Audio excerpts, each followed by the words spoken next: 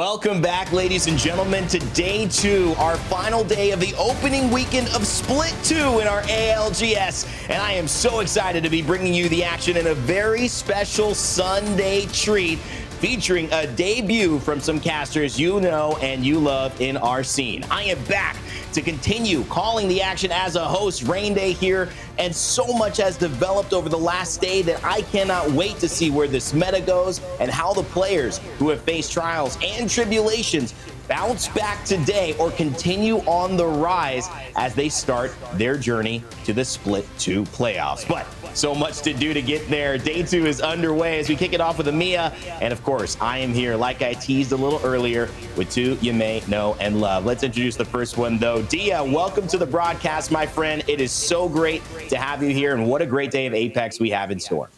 Thank you so much, Rain Day. I am really excited to be here, over the moon, as we cover the beginnings of Split 2. And as you talk about these teams figure their way out into greatness. What I've always loved about the ALGS is that we get the best of the best, and we are seeing them solve a totally new game this split. Well, Dia, you're so great at storytelling and driving those narratives. I know someone who, alongside with you, has helped to build that up throughout our entire community to get here as well, following the Challenger circuit. I'm talking about, of course, Zephyr Cast. Zephyr, tell me a little bit about how you're feeling today. Excited to have you, my friend, on the big show. It is more than a pleasure to say howdy howdy to you all, whether you're a friend new or old. I can't describe what it means to be a part of this broadcast, but I'll tell you what, I'm even more excited to see what we have in store today. Obviously, the first inception of Group C, of course, against yesterday's Group A, will bring in store a whole plethora of excitement. Well, that's a great segue for me, too. You guys are already making my job easy. Yesterday, we had a finale that was phenomenal. I love the alliteration there, but I also love that from EMEA and North America, we saw things transcend. Now we're in EMEA for day 2, so let's go back to that story where it really was all about Fire Beavers. They dominated 3 out of 6 games. And Dia, looking at yesterday, we saw the meta continue to develop. There were many moments where we wondered, before getting into this, will Catalyst be a big part of it? Is it something people are trying in scrims, and will they commit to it? For most of the lobby, yes, it was there. But for Fire Beavers, they didn't need it at all, and they had no problems dominating day 1. I think that the takeaway from Fire Beavers yesterday is, if you're a TSM fan, you thank your lucky stars that this team didn't show up to land. Fire Beavers are so scary, and they're clearly back with a vengeance in Split 2. I don't see them slowing down anytime soon, but now that they're out of the lobby, now that they won't be playing in Groups A versus C, I wonder who can pick up that mantle. It opens a lot up, right? Another team, Zephyr, that had a huge performance that will not be in this lobby today was Alliance. And they introduced a different type of meta against the Catalyst and the Valkyrie and the Seer combination. They went for the Rampart to try to counter that, and it worked really well to not necessarily stop Fire Beavers, but at least to be a very successful team, claiming, I believe, 3rd place overall in the day.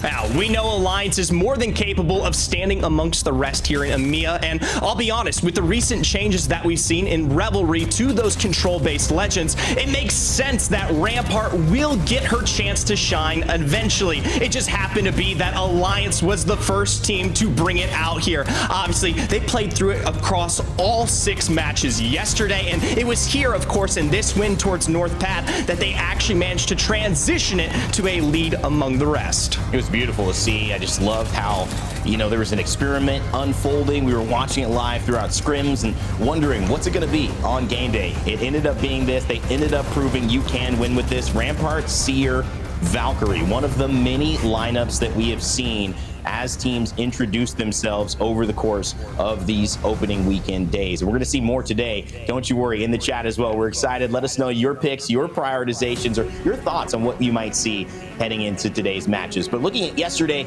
I mean, Dia, no wonder Fire Beavers had such a great performance. All 3 members in the top 3 in kills. They're just slaying out, and it's absolutely terrifying. But I posed to you another terrifying statistic, that of our top 5 kill leaders from yesterday, not a single one of them is going to be playing today. At the very top of the list, we've still got Unlucky from Vexed. Yeah. And if any squad is going to be able to pop off today, is going to be able to carry that Fire Beaver's mantle, I pose to you that it may very well be Vexed. Great question to ask. I mean, looking at what OJ Rain do, Zephyr, is it possible that another team can compete with this level of dominance from our kill leader from yesterday? Oh, it's going to be tough to say, but obviously with Group C, we bring in a whole interception of additional teams that are just as good as the top medal here in EMEA, and we've already seen them begin to form their gap amongst the PAP. The question is, can those do the same? Shout outs, of course, to Fire Beavers Alliance. They played really well yesterday, even Phoenix Legacy. We're going to be seeing, however, a brand new matchup of A versus C coming in today, and it's a great time to show you who is playing. Dia, quick story, quick points. This is a great lobby, but who you got your eye on standing out from this group we got? I mean, I'd be a fool not to be looking at Ascend, so I'm going to be keeping my eyes on them, but right above them as well. 2R1C are a big point of curiosity for me, with Ichako and Hiarka finally getting back together alongside Jerovic. I mean, this team should, on paper, be a dominant one, but Ichako and Hiarka separately may not have had the best time recently. I do wonder whether this reuniting of the roster gives 2R1C some much-needed success in Split 2. Zephyr, who's caught your eye here? Oh, it's tough to say, but obviously some of the best coming from playoffs will always draw my attention between the likes of E6, Aurora, and Lings. But of course, I come from Challenger Circuit, okay, Rain Day? I'm always more than excited to extend a hand towards teams like SPS and Kella, who were fantastic. Well, it's all good and dandy to have your names up on a graphic, but when it comes down to being in the lobby, that changes things, even our expectations. So who will show up? I think the story of yesterday has been, we don't know. It might be a surprise. But guess what? The teams that did do it, they have a little bit of a closer edge towards making playoffs. Whenever you win at the end of the day after our 6 games, first place will receive 25 points, second 21, third 18, so on and so forth down the list. The bottom 10 will each receive a placement from 11. They'll receive 9 points all the way down to 20th, which will receive 0 points, as you can see here. Why is this so important? Because when you get to playoffs, all these points are tallied up after not only the 9 games prior, but the 10th regional final day to see which are our top 10, top 11, or maybe 9 or 5 teams, depending on the region that you're in, that will be joining us in the Split 2 playoffs. So starting off strong is super important. All right, let's take it to the big part of the day, I think, fellas. We get to kind of hone in on some teams that have caught our eye specifically in the pre-broadcast. So I'm going to start it with you, Dia. Who do you have your eyes on in today's matches? Ooh, you know, it was a tough question to consider, but I've got to highlight J-Lings at the very start of today. It's going to be their first debut as a full, complete roster and their first time in Split 2. J-Lings is a part of 2 very successful squads, rather is made up of 2 very successful holes. We've got Nags from the original J-Lings roster that qualified up into the Pro League with VZD, but then we've got Noises and JMW paired alongside that. So we've got this combination of last splits, J-Lings and Invictus Gaming, both of whom made playoffs, both of whom played with the best teams in the world, and these 3 players have come together individually and decided that they've got what it takes. I imagine they're going to be placing top 10 at the end of the split, but this debut is going to say a lot about them. So very curious what J-Lings will bring to the table. Zephyr, what is your pick though? I'll tell you what, Dia, you can't bring me to an EMEA broadcast without letting me talk about Aurora. This is a team that has been around the bend for a long time. From pushers to Empire to the namesake themselves, they have been at the tippity top of the EMEA region for the last 2 splits in a row here. Obviously, they missed out a little bit on playoffs, but we might be getting a repeat out of what we saw from Fire Beavers. The passion, the fire, things have reignited for this squad, and hopefully not just today in Group C, but also further, they'll be able to extend on that. Of course, they're explorative, they're aggressive, teams are scared of them, and they're not afraid to take a risk. But I'll tell you what, I want to hear from the vet, Rain Day. Let me know who you're looking at. Well, I can't disagree with J-Lings and Aurora being great teams to follow, but today my eyes are on Element 6. That's right. They have brought together the domination in Europe that maybe we didn't expect to transcend the entire lobby in playoffs, but they represented the region well, placing 9th in Split 1 in London just a month ago. Can they carry on that momentum with the addition of Graceful, joining them from IG, usually an IGL, but giving K Swinney the leadership role specifically? For those watching, you're going to be seeing a little bit of Wraith. The reason is Graceful joining us yesterday is that K Swinney needs to be an IGL in the thick of things, not telling people how to do something, but doing it himself. As you can see here, no worries, no cares to get in your face and show you a little bit of that buy one blade if you get too close. Excited to see all of those teams compete. And if you have another storyline that you're following, guess what? That's the beauty of the award-winning multi-view back for Split 2 of the ALGS. It means you can go into the command center down below on the page that you're watching right now and choose which perspective, which rotation, which in-game comms, and which storylines you feel are most important so you can watch the ALGS your way. Multi-view. Check it out and customize your experience watching the games today. Always fun, always exciting to give a preview there. I love the teams, J-Lings, Aurora, Element 6. Who else? We will find out soon. And guess what? This is where we will start today. World's Edge is where it will begin. 3 games, and then we'll switch over to Storm Point. The first half of the split will always start on World's Edge, which means teams a little bit more comfortable here, the older map and competitive history, and then maybe things will get a little bit wackier at the end. And wacky, not usually a word I use, but when it comes to the likes of Aurora, a team that is known to introduce Fuse, Maggie, Catalyst before people were playing it, we don't know with this new meta what they are going to bring to the table. I am so excited, and I know these teams and players have been waiting for a long time. Group C had to wait and watch A and B battle it out. It is time for Group C to get into the action. It's time for A, if you didn't perform, to perform today, because 2 duds in a row is not looking good for your playoff hopes. So there's tension, there's stakes, and there's a lot of good casters here to call the action. In fact, let's throw it to them. Their debut, so happy to have them on broadcast. It's Tia and Zephyr. Take it away. Thank you so much, Rain Day. And as we prepare to get into game 1, I cannot help but feel the excitement for teams like Aurora and Element 6 that you've highlighted, J-Lings that I brought into the conversation as well going into today. These are teams that take no prisoners, and especially, I know I've talked to you, Zephyr, about my fears surrounding E6. They very much scare me. When they're on, they're really on. I'll tell you what, I'm interested to see how these new teams make their way into our first match, because like I brought up at the very beginning here, we look at our repeat offenders from last split. Alliance, Vexed, Ascend here, Fire Beavers. These are quality teams that have already performed well on our first day of the split, and now we need to see if Aurora, E6, J-Lings, can they keep up with the same level of tempo in the EMEA region? You can never let it slip because the top is so well defined. And that's a big question for us going into the split as well, is with the top teams in EMEA separating themselves so frequently. They're regulars in our top 10, top 12 that keep making it back there. Can any middle-of-the-pack team historically step up and take that away? Can we get some of our Challenger Circuit teams coming in and saying, you know what, history be darned, I'm going to take this title? In the very start of the season, I think that's where you have some of the biggest edges as a Challenger Circuit, as a recently qualified team, or as a reformed team, to put your name in the history books over here in EMEA. So let's drop in for game number 1. We've already got everybody more or less landing, although we do have some contests over by Climatizer, so 2R1C, perhaps hoping to make a name for themselves.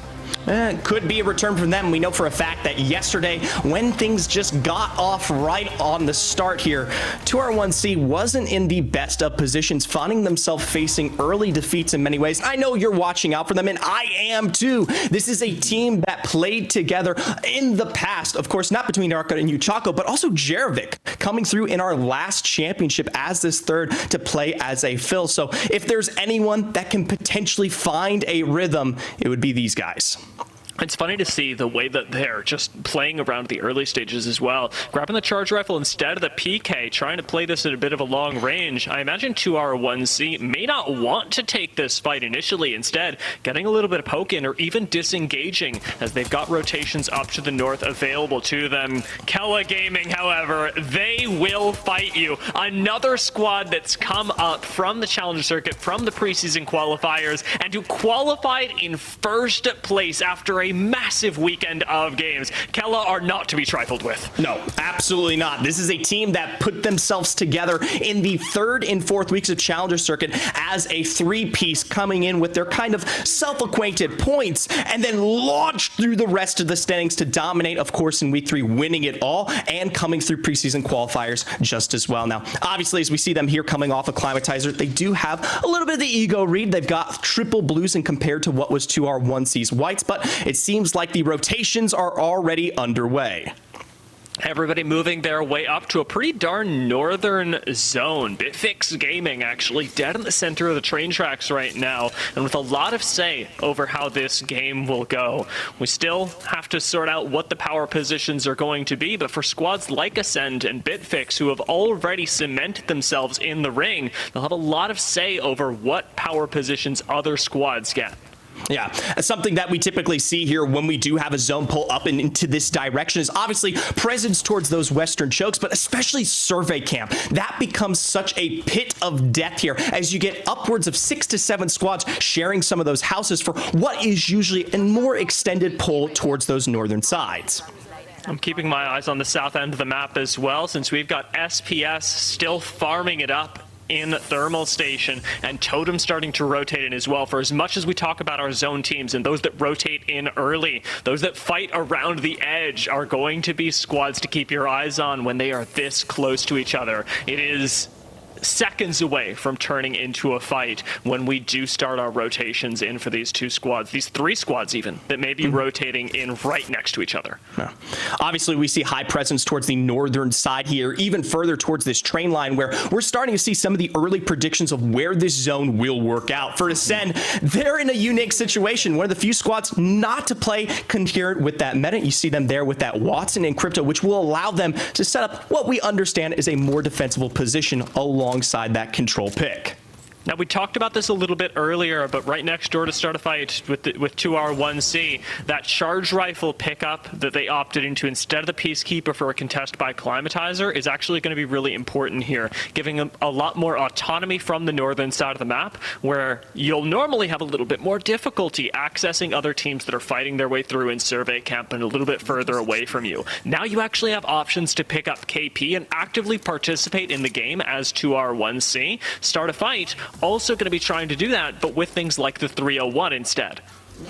I will say I don't prefer their position right now for start a fight. Remember, that train line and any rotations that come through there from the west side, they will be the first squad to be pinched, and their escape options either put them directly in the face of 2R1C or they're forced to make their way back towards survey camp. Now, granted, if something occurs here earlier rather than later, there's still a lot of space available in survey camp that they should be able to present themselves, but this position later on can get particularly dicey.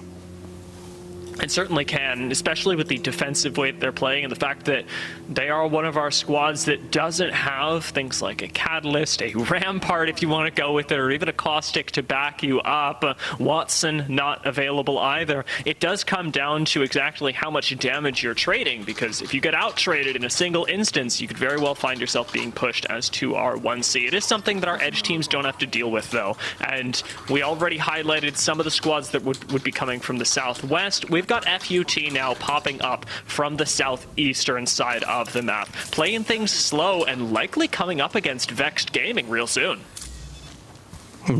Obviously here from Vexed, as they make their way in, they're looking more than prepared to potentially take on a squad. Double gold on the purple here available for this roster right now. They're not quite in the zone just yet, which kind of brings me back to some of the early discussions I had with not only them, but also Levi Arnett, that coach behind this roster. They talk about some of the weaknesses that they faced, of course, coming back from playoffs, and how they want to start to transition this team to a more zone-oriented approach. So, I mean, typically in the past, we used to see this team set themselves up right on the edge of things, wait, gatekeep rosters, but instead you can already see them starting to progress further and further towards north side. And even, yes, take this redeploy, send it closer to where you think home will be towards our end game. Scouting is going to be really important here with the Valkyrie, and the fact that they've already got a beacon is really nice. You can see it pinged out there, but because you're running things like the Seer and the Catalyst, you have the opportunity to not just see where the next ring is pulling, but where everyone else is as well. Vexed, having that full information, should be able to make that rotation into zone that I will say Zephyr is coming a little bit late, and hopefully make it a lot safer for them when they do choose to redeploy more effectively. Yeah, I was about to say it's almost a necessity here, because we know for a fact with this split acclimatizer, it's going to be a guarantee that you lose that position later on. For Totem, they're on the opposite end of the spectrum, more than acquainted with taking their time out here on the outskirts of zone. I love to highlight, obviously, you may see some familiar faces between Jazz and Shirt, but Thorfinn joining this roster, potentially a new face for those of you at home. Let me tell you, I got the deets here from the Challenger circuit representing the highest performing squad in regards to points. It's Thorfinn coming through from what was Oracle, and then of course the transition to KTV. This is his debut, I believe, on the Pro League, and hopefully something that will allow Totem to be on their best foot forward. You gotta hope so. They've spent a lot of time outside of the ring, however, and with that, it does come with quite a bit of safety, since not a whole lot of squads are out there, but it also makes me worried about your eventual rotation into the ring, because, well, you did highlight, Zephyr, that there are some squads that are playing more zone-centric now in this season, Vexed being one of them. There are still teams around the edge that are waiting for you to come in late, waiting for the KP to come to them and to take the game by force that way. SPS certainly one of them. As sat in Fragment, they're going to be able to absorb pushes from multiple squads. Okay. SPS here taking some bits and pieces of damage, a little bit of the peppering that you might expect over here towards construction, but it's nothing that won't allow them to persist and potentially leveling up some of this Evo and putting themselves in their best foot forward. But obviously zone carries further and farther away from this spot right here. Meanwhile, though, back in the heat of our zone, we've got Double Dark Veil down and Ascend defending this backline northern position. Should be a spot that they can keep control of, but with Vexed coming up on them, remember, you've got full reads on where everyone else is. Vexed have decided that this fight is isolated enough for them to take to abuse their mechanics. Keep your eyes on Tyler, as he's got the flank on this Valkyrie, but Unlucky starts to fry with the car as well, and things get dicey for Ascend. One of the best fighting teams in EMEA, in the world, is getting the fight taken to them, as Postkill does find the first knock, and now Baxter on the ropes. Flesh on Matafe. Unlucky still putting up numbers with the Peacekeeper. 2 members of Ascend has fallen, and just like that, all 3 hit the floor for our first squad out. I'll tell you what, Dia, it feels like deja vu. When we were watching that PK in the hands of Unlucky in just what was Survey Camp, where he found a 3v2 success here. You say the best fighting squad in the hands of Ascend. I tell you, it is Vexed. None other does this roster stand above the pace when it comes to direct 3v3 fighting. But I'll tell you what, Dia, it isn't over just yet. Here across in Fragment, nice beams. It's none other than our new angel himself, Thorfinn. Totem's gotten all healed up, but right now they don't have the best position to fight this from. Jazz needing to get out and play the high ground near where Sherp is.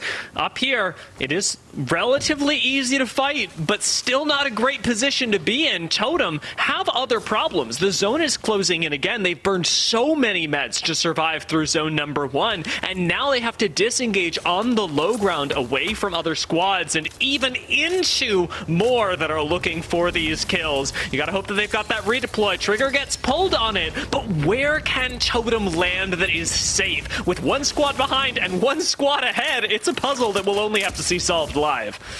At least now for SPS, they're slowing down the pace here in the fragment, which personally, I don't know if I like it. Meanwhile, though, other side here of Epicenter, it's none other than J-Lings, our ones to watch from earlier, just trying to break out of what is this building. But before Nags can make his way back inside, Nightmare's finding the drops. Just got tagged by that Bangalore as well, and it's the beginning of the end for J-Lings. Defense, especially without a catalyst in this building, should be next to impossible, especially in a 2 versus 3. Noises and JMW going to do their best. The R99 does go off this season, but it might not go hard enough. Nightmare are pushing up on this, and we get to discover that they are playing this as a 2 versus 2 at the moment. Seven and Denze pushing their agenda, finding finally that next knock, and barely managing to eliminate a squad in time. Denze going to get back in. Totem have gone out in the meantime, and J-Lings still fighting for their lives here, have JMW. But will be forced to make his way out for the time being. There's no way he's going to be able to reapproach those banners, especially with Nightmare taking away what was supposed to be your prime real estate into this next zone. And I can't help but bring up the catalyst, Dia. Obviously, Nightmare on the outskirts looking to play aggressively. No worries there. But for J-Lings to hold something like this, especially without a control legend to put up defensive utility, that's difficult. And we see how it pays the price. Yeah, you don't have Catalyst, no Watson, no Caustic, and now you do have another team pushing up on you. Lecite de France, who do have the cat, have walked up and taken the offensive fight, knocking down Denze first, and it is going to be yet another big engagement around this building, one that now Lecite de France can effectively reset from, picking YOLO back up and keeping their eyes on the squads around them. Nightmare are forced back and ultimately eliminated, as we actually just have them running face first into another team. Notably, it's not just any other team. It was JMW who picks up that final knock there, in part with, of course, FUT on this low ground. So a double dupe there, and gets a little bit of revenge for what was the almost elimination of his roster as well. V2 down and out in 17th here, but we're currently looking at FUT. This is a team that I have had my eyes on going into this upcoming split, and it was just yesterday that they found what could have been their win in Storm Point.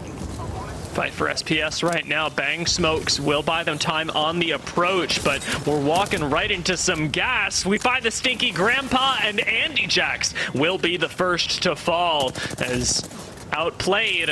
Scatter to the wind. There's no trace of them here. Bushi just continuing on with this Bang, the initiator for the squad, and hopefully buying SPS a way into this next zone. They've got two approaches here, train line or survey camp, and SPS are going to have to pick between fighting for the open ground or taking one into a chokehold. SPS here obviously stuck between two, but it looks like FUT might be on their way out, and yeah, that redeploy is coming in. But as I told you earlier on, when we talk about this area, survey camp, this ridge line, these hills, so many teams present themselves early on. The question is, where can SPS put them? Because we know for a fact, even if you land at a building like this, it's almost guaranteed that there's a squad inside or someone right behind you. This was a really good move from SPS that was late Valk ults go, putting themselves on the outside of this building might be the difference between them living and dying. It looks so scary, but SPS have a chance to hold on, especially with the Bangalore ult. They've got the Seer ult down as well to give them a full read on the squad inside this building, and it's Kella Gaming coming out and trying to clear their backs. Naded on the inside. Kella are on the back foot, and SPS are even looking to get aggressive after the reset here. R99 do go burr, and we've got SPS rolling up on Kella with no quarter given. And it seems like it's not just Kella. The fight continues here with Aimbot. It's none other than, I assume, Lecite de France, but there is a savior in their midst. Matafe with an Arc Star. Gaiman Gladiators with their own damage as Lecite de France, on what could have been a third party to give them this building, are picked off by other teams. And that's what I mean, Dia, when I talk about the chaos that exists. These sight lines are so prevalent when we talk about this region. For SPS, SPS, they're lucky. They get a house from now and a little bit of time to potentially reset. It's not just luck, Zephyr. That was an incredible play from them, sitting on the outside of this building, transitioning into that 3v3. I am scared of SPS and the things they can do in the mid game, but from here, unfortunately, their journey gets no easier. The ring continues to pull them further away, further into this northwestern side, and SPS now find themselves down crucial mobility tools in this Valcult with only smokes to let them into the next ring. They're going to try and take the long way around, but Robin on the immobile Seer is separated from the team, and this is going to turn into a fight. This is a big split there, but you can see already Yiku already taking this nice height here that will hopefully give Robin the opportunity to pull it back together. But look at the beams caught out. It is Matafe from Vex to be brought down. Unlucky swooping in on the off angle here to see if he can round this one back through, but almost immediately do they seal the deal in return. Tyler in response with the car at least finds the one return on the knock, but with no shields, he's forced to stick the bat. Tyler has done incredible things, has played heroically before, but with the focus being on getting into this zone, he's now got plenty of time on this Valkyrie to start harassing other squads. It may not be the best position, but it's far from the worst for Vexed, as there is still an SPS in pieces just below you. Tyler is nigh on unpushable on this height for the squad below, and gets to share space as a pseudo 3-man with 8 teams left. We are officially into the end game. We've got that next zone closing in, the one that's really going to claim a lot of lives here, Zephyr, and then it is all gloves off. I'll tell you what, we've seen some big names fall already. What was FUT and Aurora out in our recent transition here. Element 6, still one of the best performing rosters just off the back end of playoffs here. Their first iteration in this split, but stuck between a rock and, well, a choke, and stuck out. Slayers knows he's just got to send it. He's got to get that damage off before it punishes him. And with a switch to the 9 and the wingman, he makes short work in return. Swinny is low. Graceful is on the return. Bitfix are down. And now they've got to stick the revive. 30 seconds left on this zone close, and like you say, needing to get your teammate back into the game. This third party is being threatened, but start a fight. Seem hesitant to actually do so, not wanting to push out of zone and into specifically a Catalyst who can still defend and who, for all they know, has an ultimate available. Element 6 do have a few cooldowns they can work with here. I'm not sure about the portal on Swinny, but as the Phoenix kit goes off, it looks like they're not going to have that available. We are looking at this next rotation and only imagining what Element 6 can do next. For now, it's looking like they're going to have to push a squad. No portal available, no major transition. You're lacking the mobility, but the Dark Veil still offers you the cover you need here. Obviously, though, they're tough in this fight, but we want to hear them. Let's take a listen in with our friends from over at WD Black.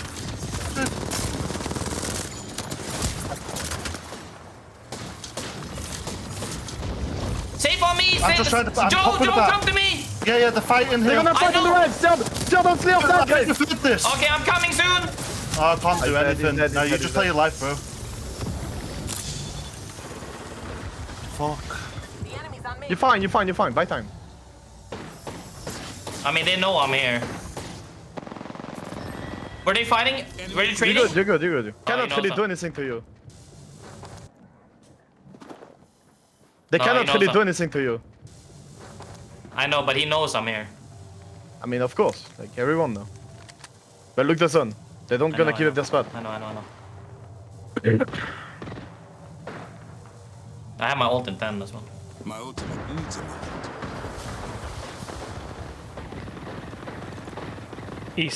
E6 know who's next to them. In fact, they believe that 2R1C knows where they are.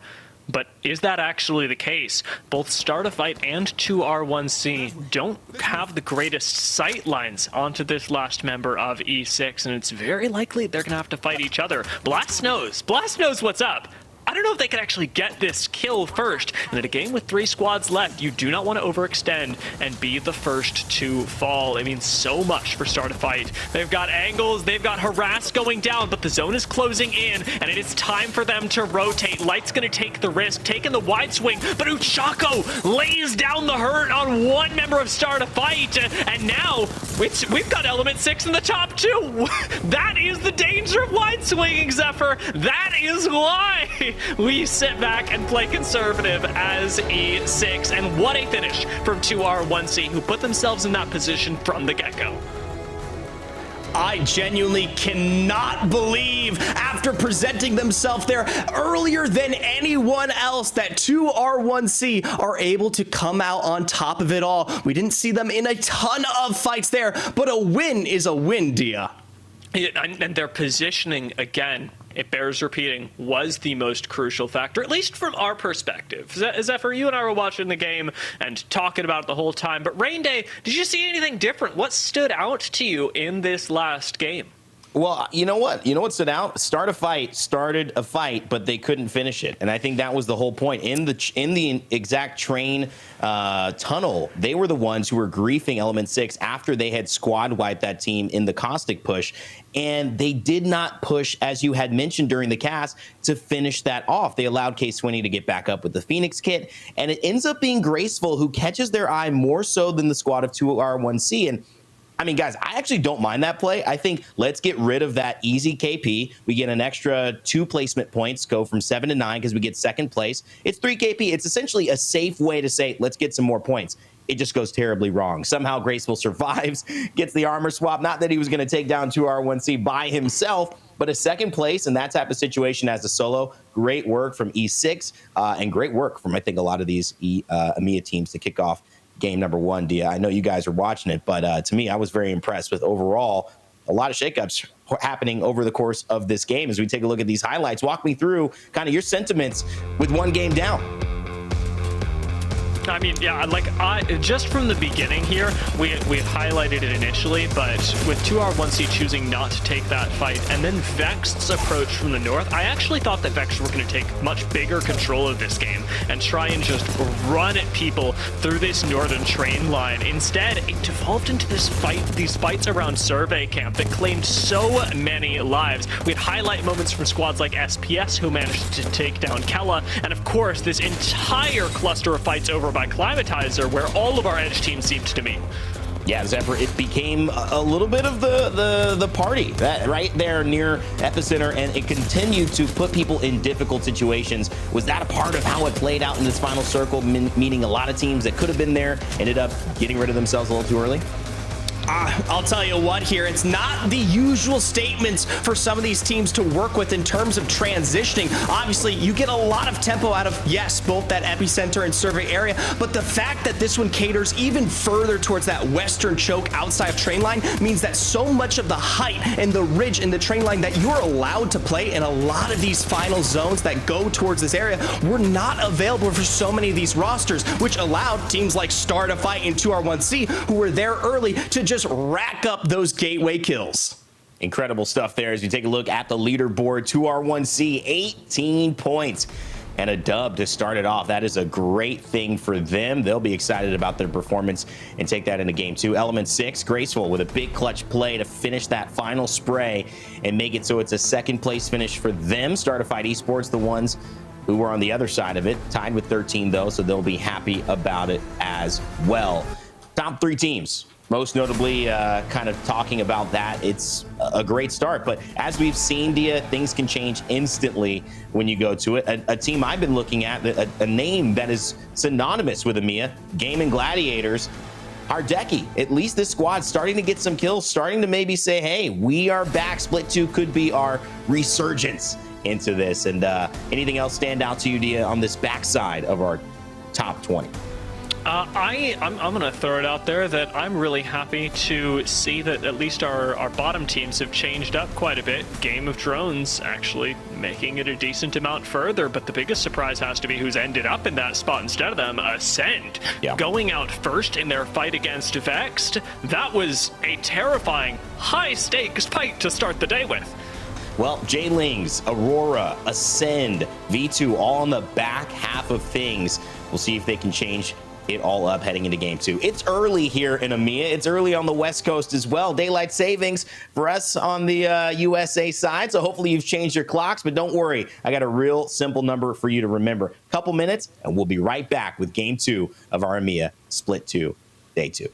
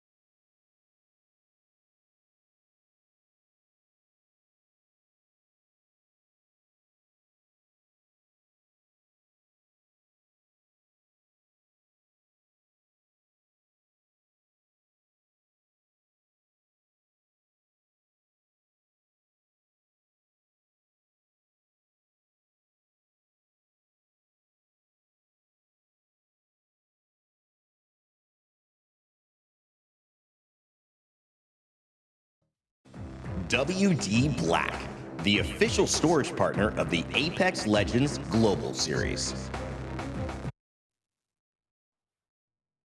All right, ladies and gentlemen, now take out your WD Black hard drives right now. If you don't have one, you're not a real fan. Okay, I actually do have one. I don't know where it is right now, but again, big love to our sponsors. Hope you guys are enjoying the show as well. We're about to kick off game number 2.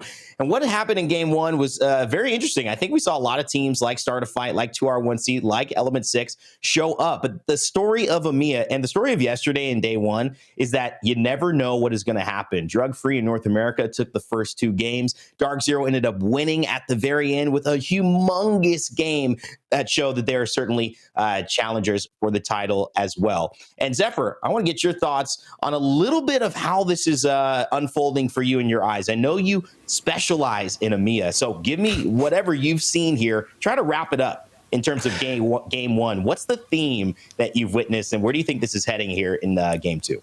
It's tough to say because I personally think, especially with how that final end game played out, it was a realm of the unexpected for so many of our rosters going into that match. Objectively speaking, there were so many opportunities for these teams to come out with big wins if that had catered Survey Camp, if that had catered towards Train Line, where Ascend made the early mistake-oriented prediction, right? But it never quite made it that way. And so some of those less lacking or non-obvious spots that kind of were a throwaway for 2R1C and Start a Fight happened to be the dead ringer in the end that gave them their light. Hopefully, as things kind of balance out as we make our way into game 2 here, we'll see some of those big names start to pop up. Amazing stuff. Thank you for the analysis, and it's time to kick it off. Game 2 is underway. Let's see what happens as we bring Dia back in for the cast. And Zephyr, you guys go ahead, rock this thing. All right, Zephyr. Well, we're into it for game number 2, and I'm seeing exactly the same thing over by Climatizer. And yet, based on last game, I do wonder if 2R1C and Kella are going to continue handshaking. They're splitting loot up here. They're actually entering into the mid game with a lot less potential as a team, and yet they're doing so happily. I'll tell you what I'm seeing, Dia, is a little bit of deja vu. All right, we're getting a bit of a repeat of game 1, but this time around, I want to make something absolutely clear to everyone who sees the map. Notice how it doesn't present as hard towards that northern train line there. That's an implication that this won't be going as distant or as further as we've seen, and still has the opportunity to potentially bounce back even towards that southern end if given the potential pull here. So some of those early rotations that we saw in store for for some of the bigger names might actually be more apparent and more effective this time around, especially once we start getting some of those second zone reads from our control-based legends. Something that perhaps Reply Totem could pick up. They've got themselves a vault key, so a lot more effective AHP as they get later into the game, and hopefully some nice attachments for them as well. 2R1C's stereotypical rotation, however, up towards Survey Camp has caught them with a little bit more trouble than they had last time. Bitfix Gaming have already shown up and set themselves up right next to 2R1C, so there is potential for these two squads to start poking at each other a lot earlier. Well, Vexed fight their way out in Lava Siphon. It's the first knock going down onto Andy Jax from Outplayed, and Vexed have the opportunity to take this fight again by storm, giving us our first blood of game 2. You can't ever say the word fight without Vexed being involved in the sentence here, with already one major knock and a big swing from Tyler, and Unlucky they find that next guaranteed knock onto Wilhelm here, trying to sniff out that last member of Outplayed. They do begin to take shots from an opposite angle. One more member is what you're looking for, but with a bang ult now and a seer, Vexed are gonna have to back off as the third party rocks in over by Lava Siphon. Unable to finish off that first squad, they leave Outplayed in shambles and reset as Nightmare roll up looking for a fight. We've got Aurora here as well. This could be a three-way fight just before the first round finishes closing, and Vexed are preparing for it. First knock has already come in with the Arc Stars putting in overtime for Aurora, and Vex take the wide swing out, trying to cover the building and get themselves some height before this all explodes. I can't believe how deep the chase is ensuing here. Aurora seconds ago were on North, then Siphon, now to the dead center, obviously utilizing that Wraith portal to cover the distance, wanted to potentially clean up what they thought could have been that third party there. Instead, they actually gave the guaranteed loot ability over to Vex to Colin to pull back, take some of that access towards OP that they had just knocked down, and then give them their ability to transition towards hopefully where this zone is pulling. For Aurora, it is at least the one additional KP, but not quite the full squad wipe they might have assumed they'd find. I really appreciate that as soon as they discover that there's more than one squad in the area, Vex say, you know what, we're leaving. They all just pile into the balloon and take off towards Fragment, find themselves another fight, but this one should be isolated, and that is what Vexed have been looking for. The wall keeps FUT from being able to push it effectively and gives Vexed the opportunity to fully disengage before FUT can confidently push. No scans going through here means no information, means by the time this cat wall goes down, FUT will have no sight lines on Vexed. It's a lucky situation for Vex there. Any second slower, and we would have seen potentially the launch of damage, a throttling provided from FUT from their height. I'll tell you what, for Vex, they just haven't been able to find their best footing. They start off effectively with some great KP, but in terms of these next rotations and further, I mean, it has been a constant leg race for this roster to find themselves potentially a happy home or just a moment of respite. They do have one big objective in front of them, though. A beacon would allow Vexed to know exactly where everyone else is and hopefully have the opportunity to plan out their rotation as a result. They did this over by Climatizer last time, and Vexed seem to want to do it again, but this time have to take yet another fight in order to be able to. They've got one knock already. Matafe does cover the side, but we've got another listen-in prepped out as Vexed continue their way through this lobby. I'm gonna seal it now just so we know. They can't walled away. I think they can't walled away. Yeah, they walled away. I'm going roof. No, one's still above. Wait, One's what? still above. Yeah. Above. Yeah, he's on stairs. He's just crouching on stairs. Coming. Wait, Popping up. Yeah, popping up. I'm on height. I'm bottom. I can't get through my door. I'm gonna break it. I'm marking it. Yeah. Where are they?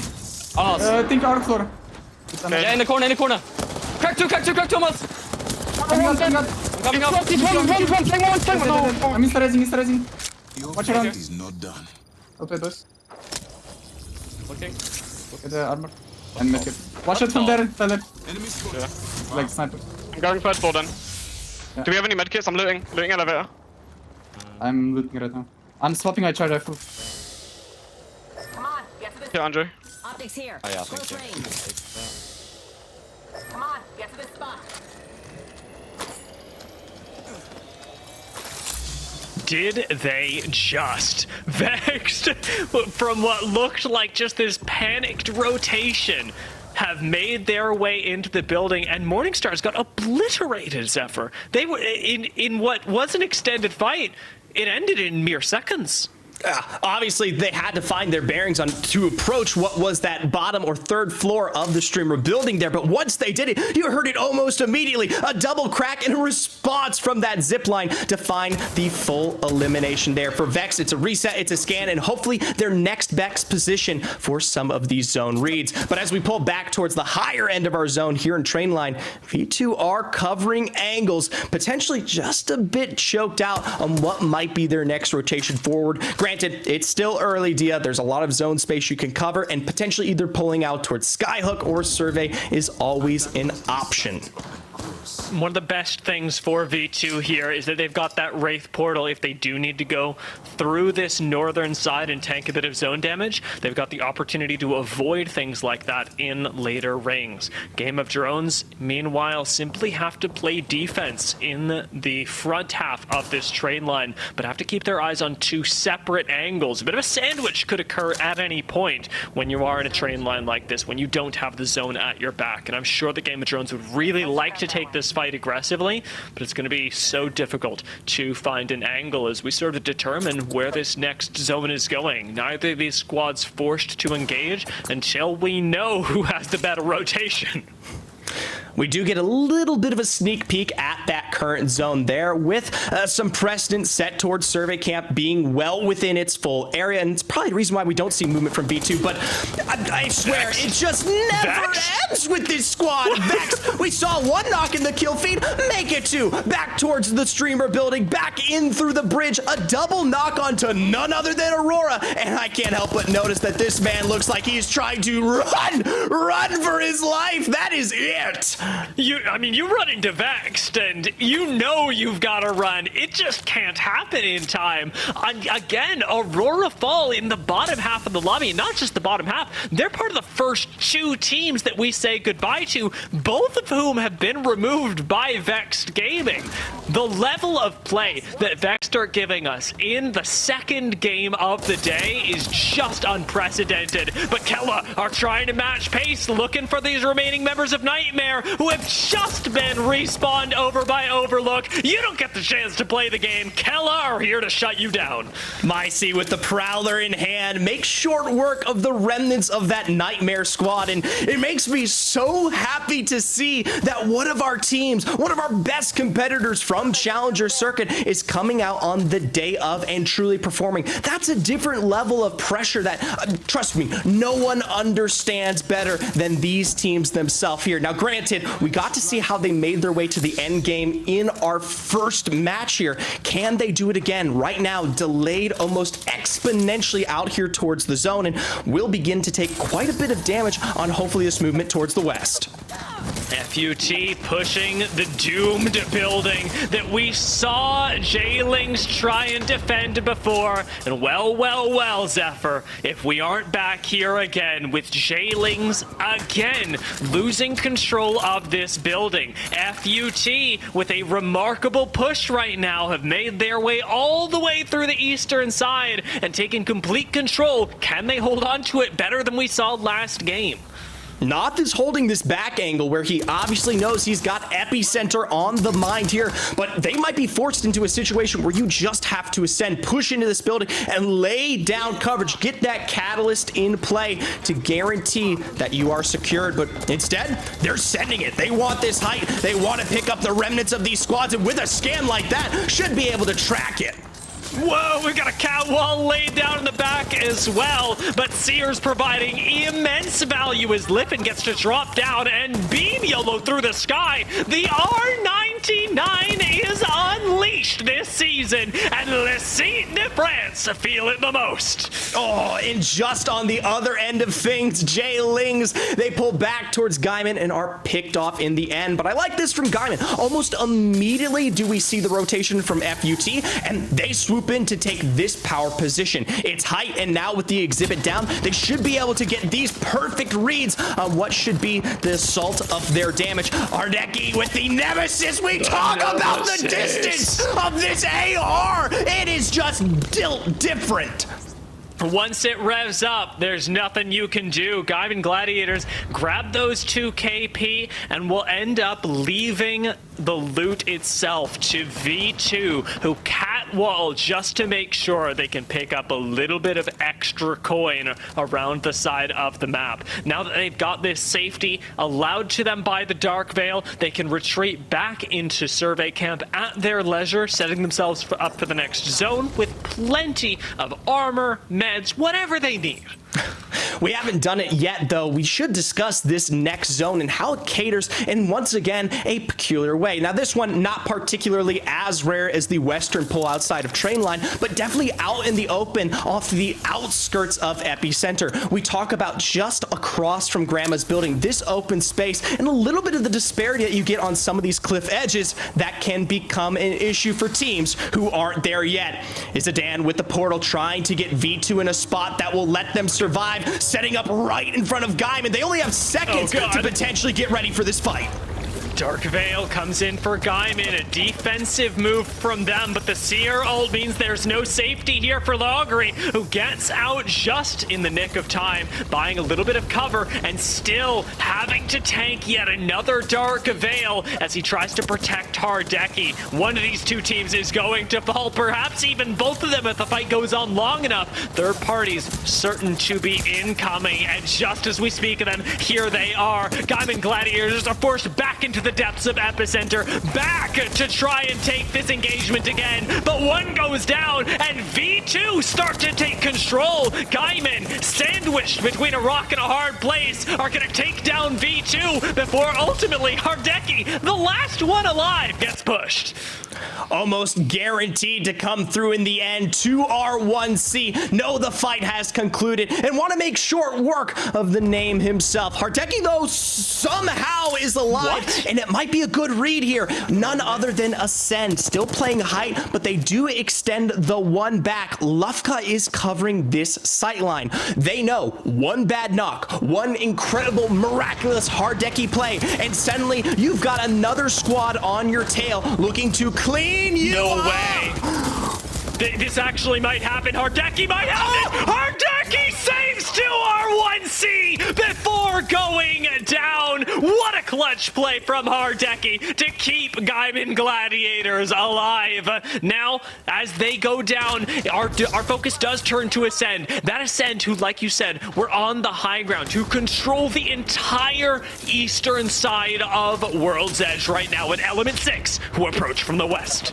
Element 6, they've got a different story to behold here. It's a tough spot to work your way in from the very edge, especially when teams like Game of Drones have height like this. It's a bit of a beam, but not quite the crack necessary to prevent the full rotation. Still, though, obviously, they aren't quite in it just yet, but the response with that knock, Swinny down, it's start a fight from an opposite angle who provides the damage.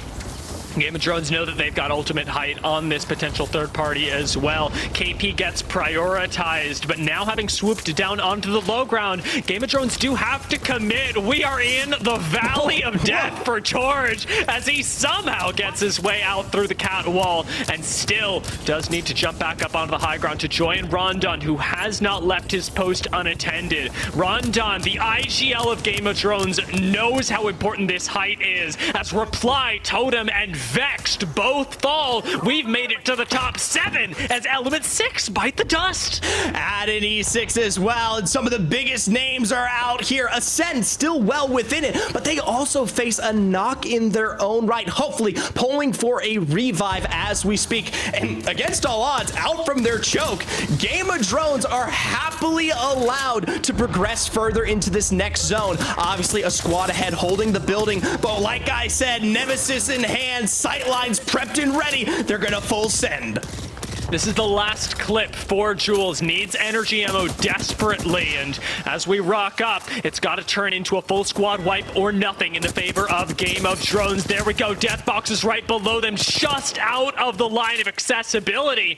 Little bit of cover still allowed for Game of Drones, but in the top 6, you cannot extend without a bit of cover. Start a fight in SPS, bite the dust, and now we're playing for power positions. Game of Drones, who were on the high ground, who swung out towards the west, have lost all priority on the zone and need to try and come around through the north to regain some of it.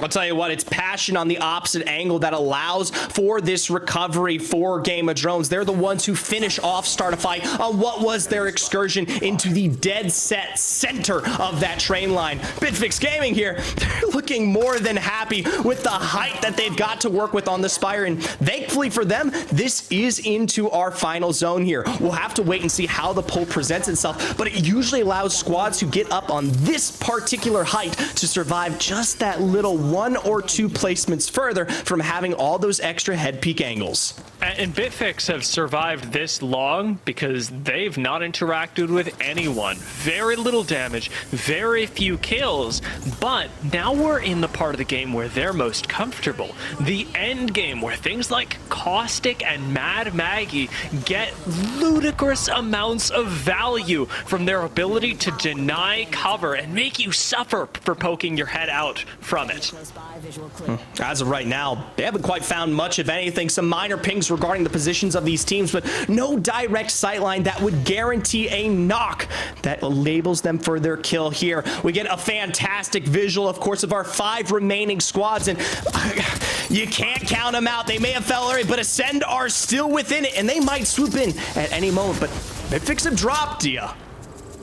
Trix has a good call here.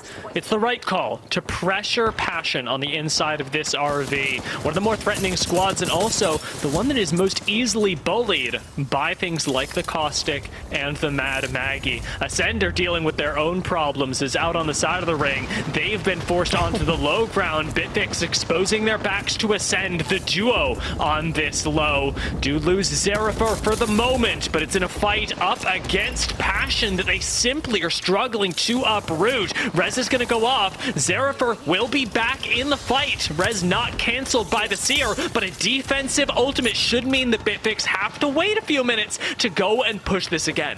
I can't believe between Kella, Passion, and Bitfix here, even though we've seen multiple knocks and drops, no full squad has fallen as of yet. Bitfix obviously trying to pressure into this cart sightline, are looking for the final wipes that should eliminate Passion from this lobby. But for now, they also understand potentially just biding their time. Even Zeraphor is back to the height, utilizing this extra space to wait out the fights that they know lie in wait just ahead of them. And Game of Drones, having made their way through that northern side of the ring, have found themselves in zone as well. No one at their backs. Plenty of space to harass other teams, especially the squads like Passion that are going to have to give up the meager cover available in this RV. Bitfix, far from out of trouble as well, since Game of Drones also have a great angle to harass them.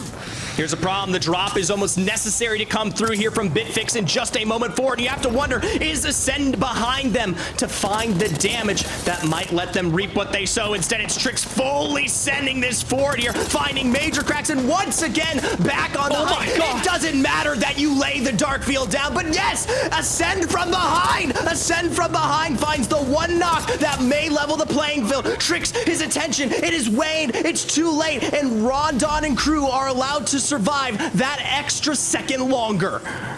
The fact that there are no knocks on Game of Drones, they survive the onslaught from Trix and now find themselves in just a 3 versus 3. They emerge from behind the catwall fully healed, and Game of Drones farm in game number 2. Coming out against them all here when it counted most. They were stuck in the train line ahead of squads like Element 6 and Start a Fight here, but through some decisive action and truly retaining their positions when it counted, they managed to find their success. Randy, what was that? What an end game. I love the call, Valley of Death. It felt like that never ended. And we also got to Mount Olympus, for so to speak. A lot of these other plays came from on high, and they also were in between these catalyst walls. We're definitely seeing the meta shape up. Everyone watching knowing that is going to play a big part of at least the beginning stages of EMEA. Great stuff from Game of Drones, though, fellas. And as we prep these highlights to go back into round one and kind of talk the story, Game of Drones, they have more points right now than they did after 6 games yesterday. That is incredible. Coming in 19th place, this is a team that needed to perform, Zephyr. And I think, honestly, when you get a win like that, your confidence has to just be through the roof.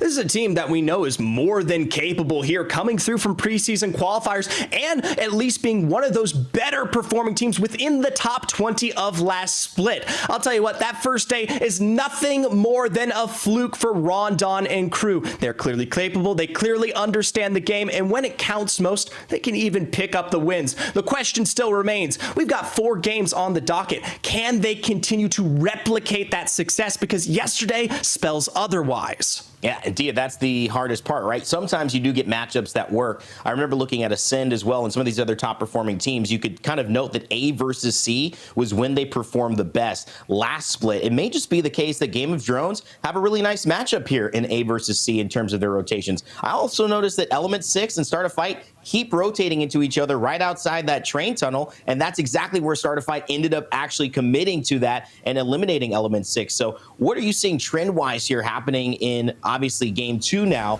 of this A versus C matchup? 2R1C stand out as being the ones that are always going to rotate out through the north. I love that you call out the mirroring that we're seeing happen between Start a Fight and Element 6 as well, since that's so often what swings these group days. Just what squads want to take the same paths as you. And yet, Vexed are the ones that are defying that. And well, it may not be the only thing that we're seeing. It's certainly the most obvious. Vexed are getting mirrored by so many other squads. They are taking so many fights as they just try and rotate in. They can't help but clean up the KP. It is terrifying and it is loud in their second day of the ALGS. As we head to as well. Go ahead, Zephyr.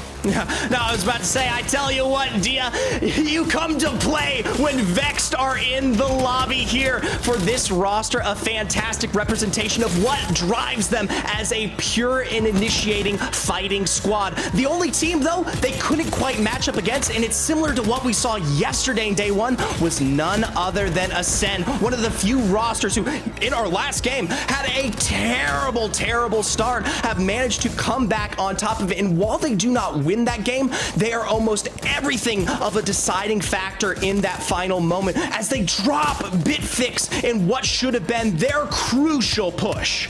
And let's talk about Bitfix's lineup too. We'll have a chance to look at it in the final circle after this. Run of the Maggie and the Caustic. They're acting like Aurora out here. But we'll have to wait and see if Aurora can step it up. I know who did, though. Stole the show about midway through. It was Hardeki, grabbing some incredible plays, holding off what seemed like an unwinnable situation, 2v1ing, and may still have ended up as the kill leader. More to come from Gaming Gladiators and Hardeki's resurgence here after a disappointing split 1. But this is Bitfix Gaming climbing to the top. Actually got a little bit carried away with themselves behind Zephyr. Also, Dia kind of got caught with Ascend, who was pushing them at the same time. Yeah, it was split priorities for the side of Bitfix Gaming, and it happened even before this as well. When we were in Zone 5 and they were dropping down to look at Passion, it was Trix that went on that journey first, identifying correctly that Passion was the squad that needed to be uprooted. It's the same thing that happens there, and it feels like Trix and the rest of the Bitfix squad are on slightly different pages. I like the plays, but they need to happen together. All right, let's do this. I'm going to start with you again, then you can toss it to Ben whenever you feel ready. But let's take a look at that final circle and just watch how Game of Drones maneuvered for that victory. Yeah, this was honestly, perfect from them, and a little lucky as well that they did not get knocked. But from Torja's perspective, things were not going well. He gets pushed off of the height, they lose utter control, and it's because of Catalyst Frayday that they're able to stabilize at all. Strix is having trouble finding sight lines, nobody else can see this team, and then Game of Thrones just wait for the curtain to drop and their performance to begin. Do you see something else here, Zephyr? No, I mean, at the end of the day, here is a prime suspect of the wait and bait from Game of Thrones. It gives them all the time in the world to recover, especially when that height, the crucial height that was played by none other than Bitfix, was no longer available here. After that point between Ascend and Bitfix, they had already peppered each other and provided the damage that decided who we'd be seeing as a winner in that game. Incredible stuff from Game of Drones. I think they're around 22, 23 points total. 20 points in that game though, and 13 overall after 6 in yesterday's performance. So a great start for Game of Drones in A versus C. A little bit of a light at the end of the tunnel. Bitfix Gaming in second place, taking 10 points. Ascend because of the kills, although in third, going to round up to 12 points and take the second position overall. Passion, Kella rounding out the top 5 with Startify Esports not too far behind, and Vex Gaming actually getting some great points, allowing them to be put in a wonderful position. But react to this, Dia. Gaming Gladiators, 12th place. It doesn't feel like it, though, with the 7 kills that you can tell Hardeki put together. No, it doesn't. I mean, that is ridiculous. Gaming Gladiators clearly figured something out that game, and a large part of it was around this building that we keep seeing fought over by Climatize, the little macaroni building we've got on the hill. They started there and then just kept on taking fights on the way in. Hardeki's clutch will live in history. Yeah. That was such a good way to keep the squad with 3 full extra KD. You know, Apex history, it's got like a big library. Hardeki's like got a room by himself. All of the clutches, all the little moments that he's got. He got to go in the Hardeki vault to get that one. Not enough room to hold them together with everyone else. We'll bring you those results in just a moment, or we may end up doing it after this next game. But either way, you can tell Game of Drones, here it is, has done a phenomenal job. They have moved into first place, Zephyr, followed just 2 points by Vex Gaming.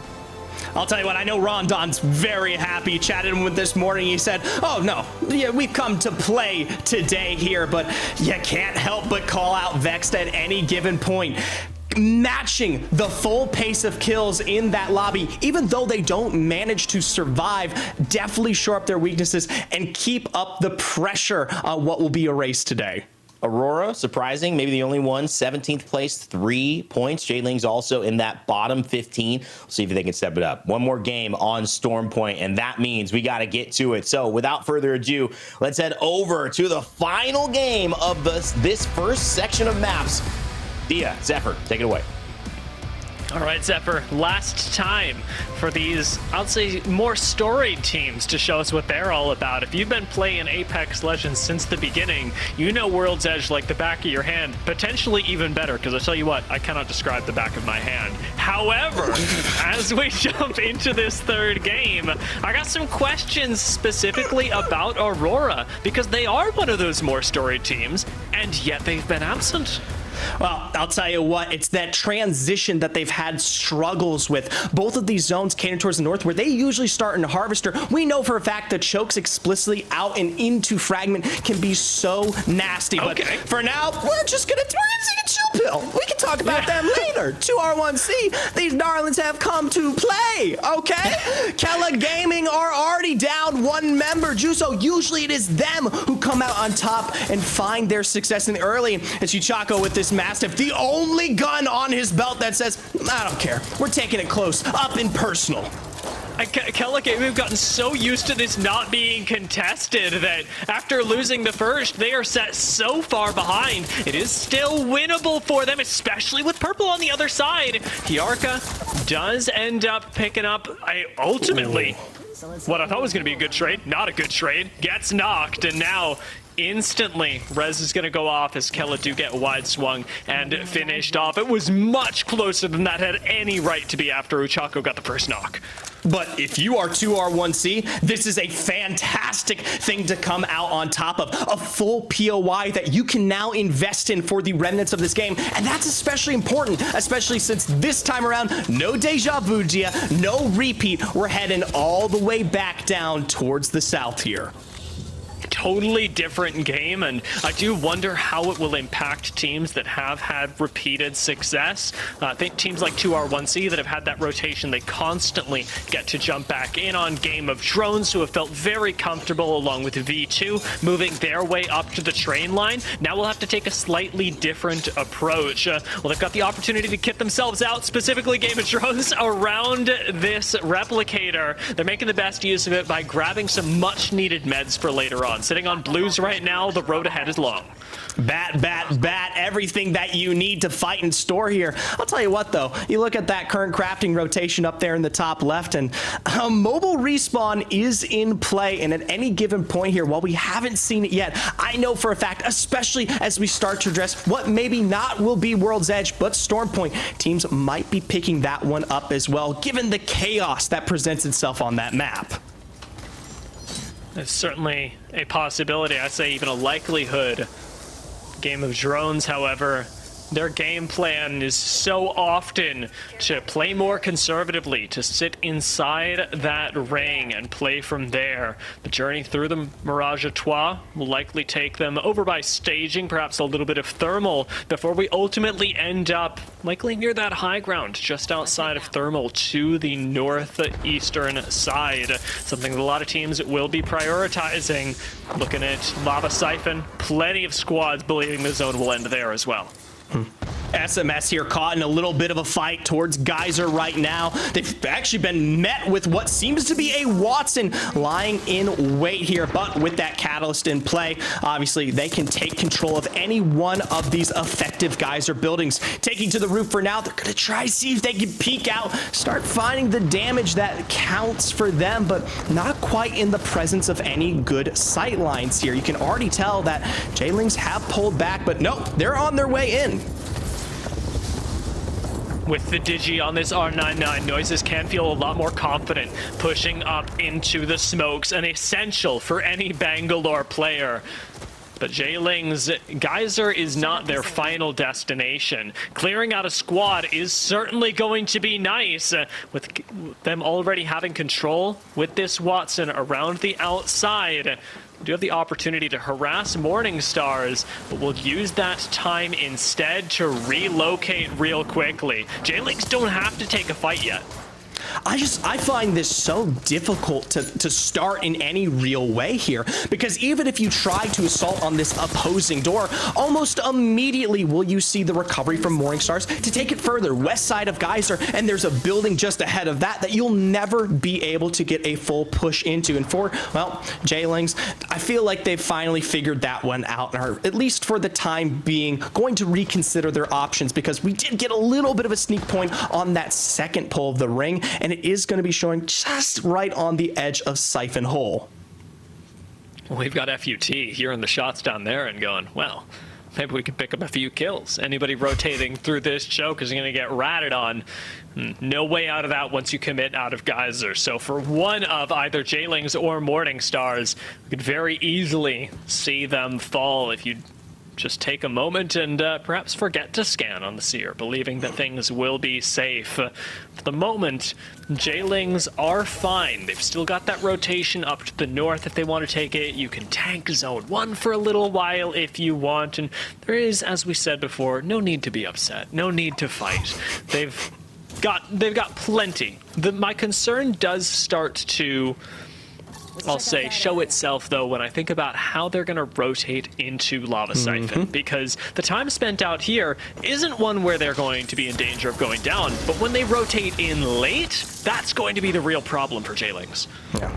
We'll see how that shakes out. Meanwhile, on the interior here, Nightmare wanting to take away this particular edge of launch site. This building can sometimes work out to be that kind of final pull height high ground if the zone does cater towards southern end. And for Totem, they want to make it clear that this is their lay stake and claim here. Not on the Catalyst, instead their defensive choice of opportunity going to be playing off of the Caustic. Traps down and potentially damage back here. Nightmare, I don't know if they seem to care yet. They continue to smoke out and play the Digi.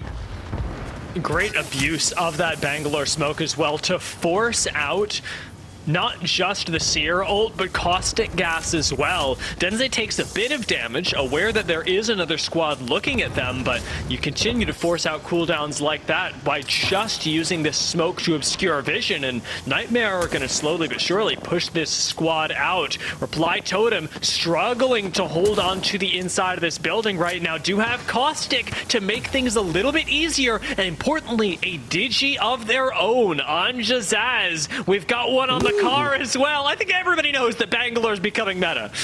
And I can't help but notice with so many of these resources already being expended from both of these sides, this fight doesn't work out in any true clean way here, which even if we do see it process in just a moment, I mean, this is high real estate, Dia. There's always someone watching. We know there's sight lines from Lava Siphon and potentially those who lie in the depths, maybe looking to make their move here. For Reply Totem, though, no major damage, no major knocks yet.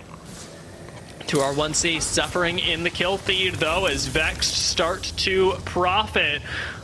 We saw a teaser of the fight between these two squads. 2R1C fully recovered and actually picking up members of Bitfix as we sit in No Name and sort of wonder how this fight will turn out. Their rotation incidental at most, as there's no objective around here. Just a nice path for both teams. Unfortunately, not as nice for Bitfix as they lose their second member and now are whittled down to just one member left. You have to imagine the 2R1C are disengaging from this Zeraphir, barely able to get in zone, but that is not a Zeraphir that's going to live for very long. An almost perfect triangle of bullets to end my man Zeraphir. Caught out, not white with his pants down. They were pulled up high as he tried to take for the hills there, but couldn't quite find himself in, well, a place of luck as we see V2 on their rotation. For FUT, they this time are getting their own taste of the nightmare here. Stuck in the dreamscape, tight in between the darkness. They won't face difficulties in the face of this squad. A double knock found and even some resets coming through here to potentially pick up that last remaining member. And Exhibit should slow things up here, but from this distance, Taylor tries to finish the job with that flat line. Instead, it will not be them. It's SPS that finds Denze. Being able to pick up those kills, though, a big turning point. 2R1C go down in the kill feed as well. Both Nightmare and 2R1C, victims of the classic Apex Legends difficulty, not being able to close out a fight fast enough, attracting those third parties like V2 and FUT, who now are the beneficiaries of the destruction that has come before them. While FUT get to continue holding on to this height, not too worried about what's going on at their backs. It's just damage for the sake of farming your Evo that they're throwing at other squads. Plenty of resources, plenty of safety. FUT have it all. They do have to be careful, though, Dia. There's so many of these teams that can swoop in and transition from that launch site. Thankfully, you've got Totem, who actually pulled all the way back around to play for this direct POI. The attention is split right now. You can see up there in that minimap, they actually form, once again, a nice triangle on your screen as they're taking 3 full positions to watch not just Totem, not just SPS, but everyone there. They start off with a knock against Totem, and they could easily look for more. This might be the go button. Now out here, Totem are not nearly as safe. We saw them putting up an impressive defense with the caustic on the low ground, but it is not the same at this point. What an arm on Liffin, just deleting Thorfinn.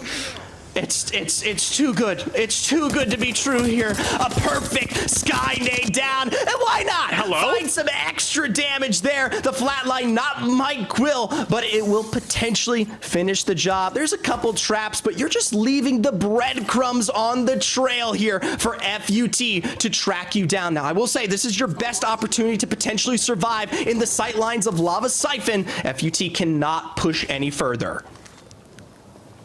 If I'm the owner of FUT, Leffen's getting a raise. That's those were some incredible shots, and hey, take a look. It's already resulted in another team going down. Totem, who escaped going down fully to FUT, have just run themselves out of gas. Too many fights, too little time to make them work. Rotations around the rest of the map, though, may very well claim some more squads, as J-Ling's late rotate that we highlighted earlier has come and put them up against Gaiman Gladiators on the high ground. Now, obviously, damage has already been found here, so Gaiman are on the escape right now, but I love the fact that they do utilize this catalyst in, well, the most obvious of ways. Deny the sight lines and provide that next rotation forward here, but as J-Lings usurp and find themselves onto this height, they're already enabling extra damage, and while they're not the ones to find the first knock, they do provide the second. There's plenty of cover out here, both on the high ground and the low, something that Nags needs to make use of now, playing around with that safety. J-Lings will likely have to move themselves down into this geyser-esque area to stay alive and to play these few rocks. It's not a rotation that a lot of teams will take, but it's one that Game of Drones already hold ahead of them. Let's see how J-Lings deal with this as we jump into another WD Black listening. Cracked him. Nice. One's that wide. You have DC, guys. In my back. You have DC. Step up with my. They're swinging. Careful. Okay, yeah, just hold on. I'm gonna nade on your left. I have Valko, buddy. I have Valko. No, we can't. We die. He's going back up. Yeah, that's good. We can still kill this Valk team in front, okay? The cat team. They just wasted cat. Careful, he might get this angle. I think he's gonna get this angle. Ready to swing with knives here? Okay. Come on. Yeah, we're gonna run in here on the low ground, I think. I don't know where they are. They're right in front of you, right in front of you. By the way, I don't have gen. I'm smoking them. We have to wipe this, guys, otherwise we die. Bow cracked. I'm queuing. You need to swing left. I need. Hang on, I'm buying. Almost this can. Good on me. I cracked one. I'm dead. I might be reservoir here. Oh, cat one. Can you fall back? I'm reservoir, I think. Bro. I got this. Dead. Devastating. Ooh. That was such a devastating swing from Game of Drones to finish off J-Lings. No prisoners taken, no quarter given. We see another squad bite the dust and start a fight, attempting to do the very same up on this high ground, have the cat wall in play, a little bit of visual obstruction for them. And have to get aggressive, likely onto this low ground right next door, just to make sure that this finishes before the squad can come back to bite them. V2 do go out, and we're going to see more passive play from those on high, as no more bang smokes, cat walls, nothing to keep you safe. I will say it's a big reward for Game of Drones, though. Obviously, on that low ground, what was that final push there from V2 ends up in them picking up another additional set of KP as they do find themselves down in that geyser low. Now, obviously, for Game of Drones, still looking for a place of recovery right now, and obviously being down there, never the best position you want to be in, as so much of this zone does have positions of height, both on the Siphon side, as well as what comes out of course, launch site there. But as of right now, still in good proceedings. I'm curious about this, though. There's so many teams that have set themselves up deep into Siphon itself that are now, well, forced to rotate no matter what here. Aurora, SMS, outplayed, Vex, Deep, Ascend, who just barely have a position in zone, all forced to move. Yeah, not a whole lot of time for this either. Vex are going to take to the sky. I tell you what's kind of funny to me right now, Zephyr. You remember earlier when we saw Game of Drones and they were over by the crafter, and we went, oh, you could make a mobile respawn beacon. Would have been nice. Would have been nice. sadly doesn't come true here, but instead, this is something not quite expected, but absolutely necessary. Vex take to the skies here and find themselves right into the heart of Game of Thrones, where luckily for them, they've got that extra numbers advantage to play. So far, with Exhibit down and the wall, they're in a place of cover, but not quite any knocks, not quite any KP, nothing to give themselves their next move forward, and these are ticking.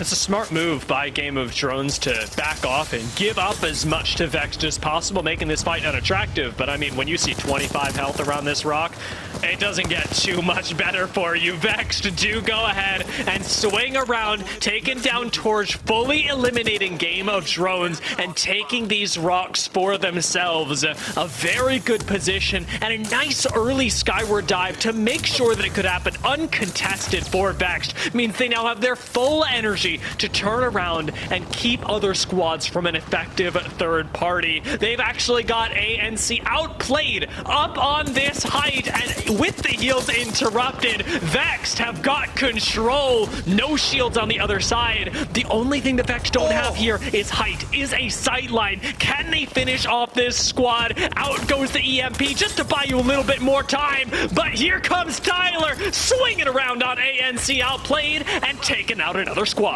It just never felt like they got to aggress in any meaningful way. They're giving Vex their opportunity to now walk into this great position. For Tyler, he's already set himself up completely to the high ground. We see the remnants of this Gaiman and start a fight here on the interior of Carton. Vex understand that it is prime third-party material here. A big scan, no shields, and yes, some windows that they'll have to work with. But even with the Dark Veil, you have nowhere to hide. There's just nothing to do. Tyler walks up and says, I'll take a 1v3 till you guys start joining up with me, and it works. It should never work, and yet it does, Zephyr. Aurora, they go down as well, finally having made it into the top 6, but we've got Vexed just on top right now, in charge in the top 4. We'll take... See on my thing. I'm looking. Wasn't correct. Crack. In the order. No. I'm dropping. Last team. Other side, under me, close, really close. I don't have ammo, but... Behind us. Close, really close. 100 Behind us. C1, dead. 2v1. I'm reloading. Cracked him. I'm dropping it. This is my damage. 1 HP. One. What a fucking game that was. Good shit, boys. Shit. King God. Oh my god, boys. What a fucking game that was. Good shit, boys. Shit.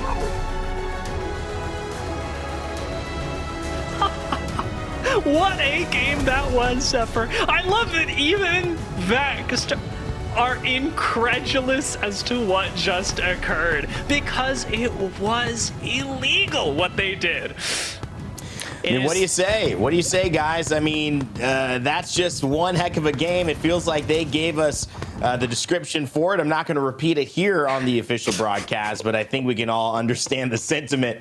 What a game. And Zephyr, you talk about Vex so much, but this has to be a little bit cathartic for you to see them show up like this in Game 3. I just want to say, Tyler told me. He said he'd promise he'd make something happen today. He'd deliver a win in the DMs earlier this morning, and they've just been ramping up from the get-go. Game 1, slower. Game 2, matching with kills in terms of the highest in the lobby. And finally here, even when they were pressured up against the wall, forced into a situation where they had to play edge, where they're trying to fix that right now, they understood exactly what they need to do. But even still then, in the low ground, Game of Thrones, ANC outplayed so many obstacles to present themselves in the best position possible, and they make it happen because they just don't lose.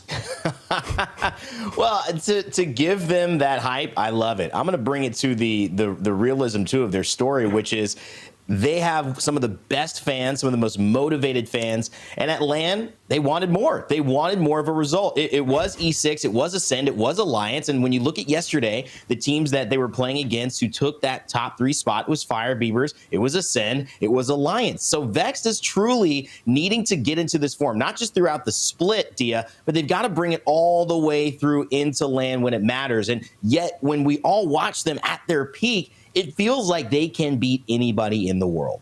It certainly does, and their fighting prowess has really never been in question. Even at LAN, they were a team that I would hesitate to just take an isolated 3v3 against. I think what's really changed about this squad, coming from Split 1 playoffs into just the first couple days of the season, is how they're approaching these fights now in order to isolate them. I feel like being able to play at the highest level of competition in the world has given Vexed this big picture view of how do we play not just our game in EMEA of Apex Legends, but how do we make sure that our game of Apex Legends is the best that you can play, allows for no mistakes, and they're getting so close.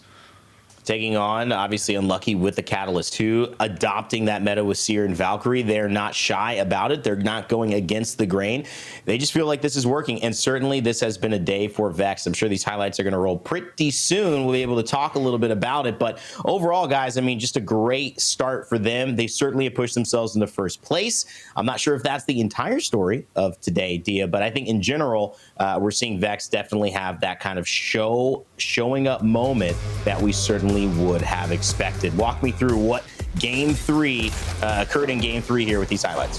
And game 3 was certainly one where teams left absolutely nothing on the table. Even 2R, 1C, and Kella went at it because they knew it was the last time you're going to be able to take that 50-50. And it turned into so many fights, especially along this eastern edge, this northeastern side of the ring, as squads had to adapt for the first time to a southern zone. Zephyr, you pointed this out at the beginning, but it caught so many teams off guard, and we saw many different performances simply because we had a lot of different squads that were mirroring each other on the way in. Absolutely. It's where we saw most of the contesting, especially down here in this region, between the likes of Nightmare, FUT, and of course Totem, who I thought early on with that high ground pull were going to be able to survive, but never quite came through. Obviously, J-Lings and the like, especially out here in this Siphon area, a little bit more of a return to the norm. Teams like Alliance, of course, E6 and Ascend, who are the ones who managed to survive into the upper end of our series here today, albeit we didn't quite catch how they were on their transitions and they didn't quite survive for those wins. They were right up there. They're in the placements. They're finishing up on the top end, where that should net them a more balanced score as we start to approach, well, what will be Storm Point here shortly. Yeah, and E6, Ascend, they do well on Storm Point. They've got a nice adjustment for that map, and I feel that it is going to lean into them now warming up a bit more to having a nice finish on the day. Vex, too, a team that has definitely sometimes struggled. World's Edge has almost had their game open up because of this aggressive style that Storm Point is able to present, and they have certainly tried to tone that down a bit with cautious play, and it's worked really well here to close it out. 39 points you can see at the bottom left. Before this is even over, probably at another 3 to 4 on top of that. Wow. Maybe 4 to 5. You're going to see where they are. Let's take you over to the results of today's final game on World's Edge. 3 more to go.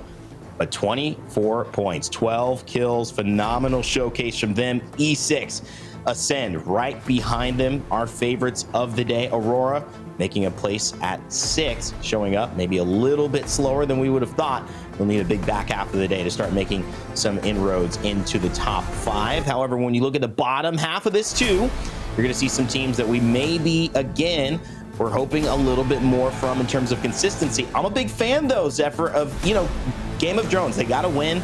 Wasn't their best game this time around. They placed 11, but they got 5 kills. And I think 6 points is okay in this type of situation. Oh, absolutely. A 6-point average across all 6 games is 36 minimum. That's more than enough to present yourself in a position when we talk about overall standings. I mean, anything compared to yesterday is better, but replicating success at the highest level just to put up averages like that is so crucial here. They're able to pick up, start a fight in V2 in their excursion out there in Lava Siphon, and that's where you see the majority of those kills there. And while, yes, they couldn't quite defend against Vex in the end, it was a numbers disadvantage and such a hard pull away from what Game of Drones consider home on World's Edge.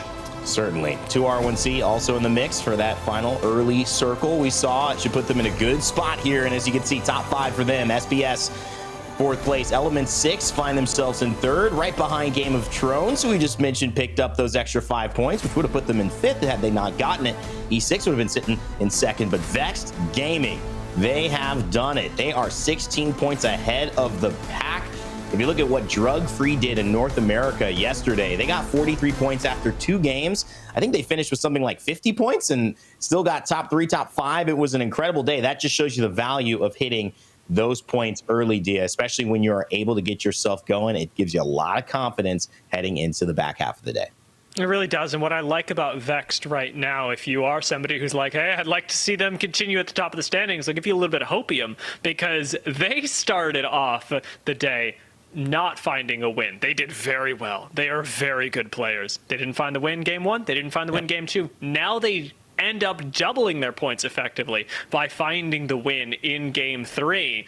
And the day has just continued getting better, more consistent for them as they get a read on A versus C. And I don't think that's going to change too much as we go into Storm Point.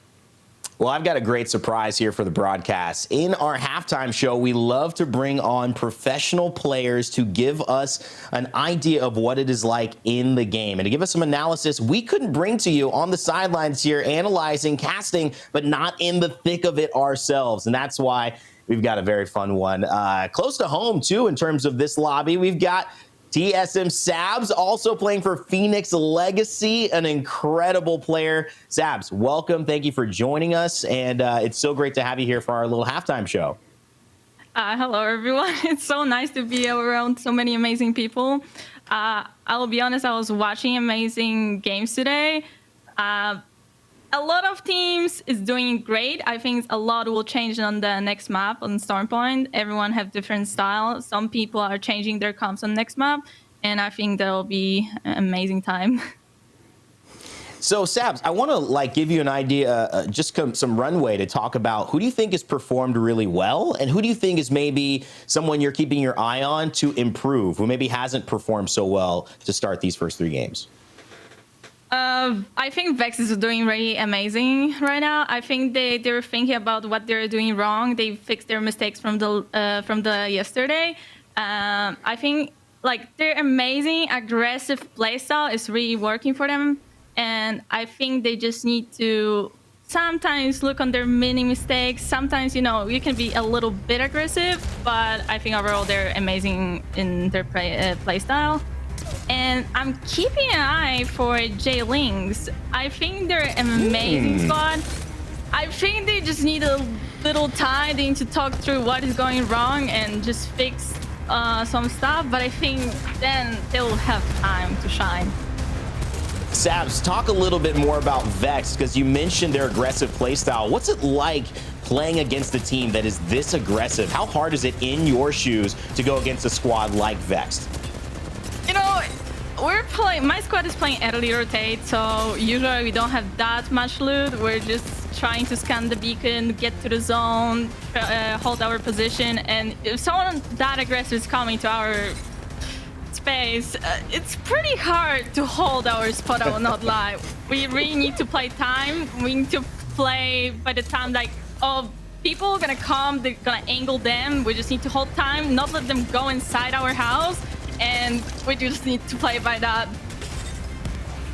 I mean, it's kind of hard to predict, right? They definitely can make you change your strategy, especially if you're just trying to sit in the house, feel comfortable, and then in come Vex, shooting those R99s, the catalyst piercing spikes, the nades, Matafe and Lucky, Tyler yelling at each other. It is a tough team to fight against.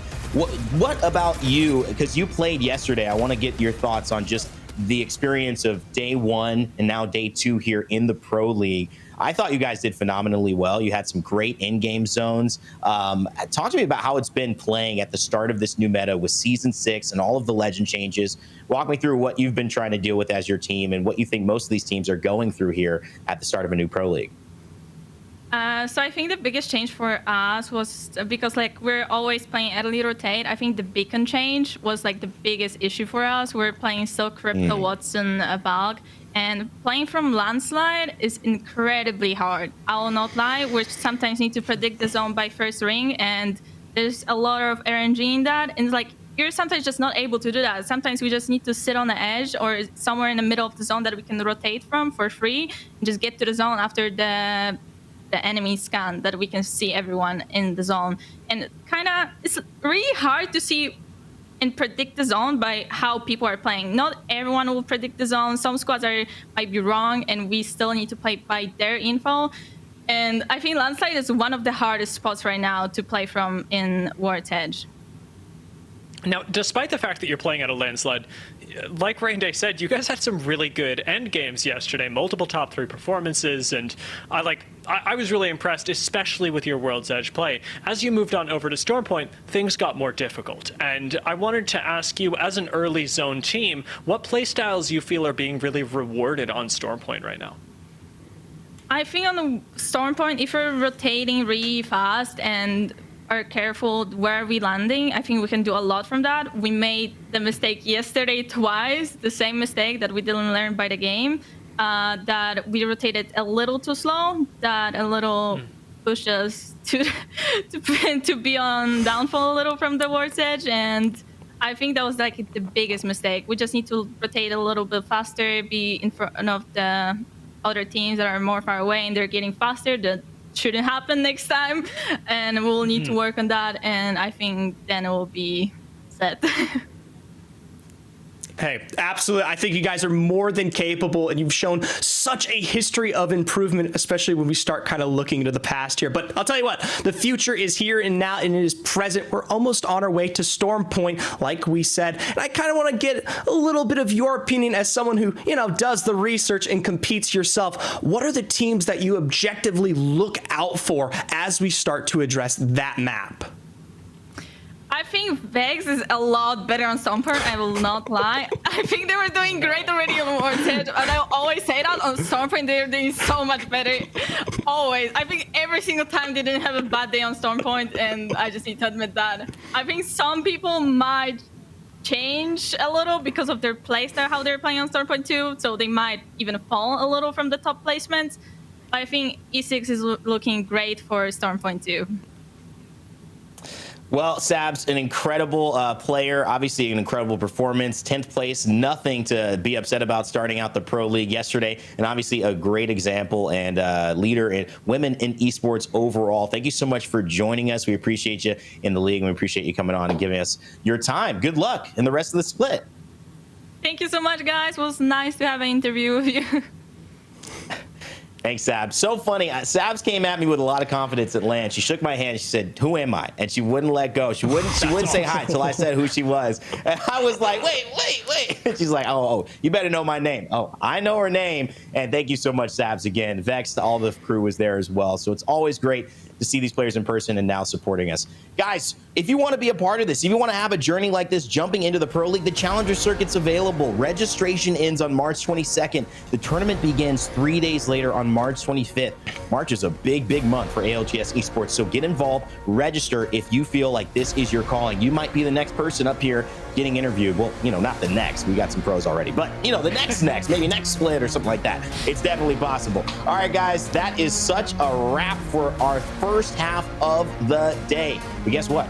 That just means the second half is underway. It's time to kick off one of my favorite maps to watch, Stormpoint. And with that action, it heads over to a brand new style of play where maybe Vex continues to find that rhythm, and maybe another team like Aurora bounces back after not being the star-studded squad we expected in the first 3 games. Either way, I'm going to leave it over to Dia and Zephyr to get the cast going and get us ready for Stormpoint. Zephyr, I'm scared. When Sabs said that Vex get even more terrifying on Stormpoint, I cannot imagine what we are about to see. Match number 4, the first game on Stormpoint for these squads. Let's see what happens. I'll tell you what, Dia, when we talk about Stormpoint, I'm looking for confidence, especially from some of these rosters who have maybe not had their best foot forward here today. When we look at the likes of teams, say, Ascend, right, who are just on the cusp of even potentially finishing out bottom 10 here. We know for a fact that they themselves are decisive enough to make decisions that count when it comes to a map like this, and so many other rosters share the same fate. But for now, seems like our Mirage à Trois has a bit of a fight.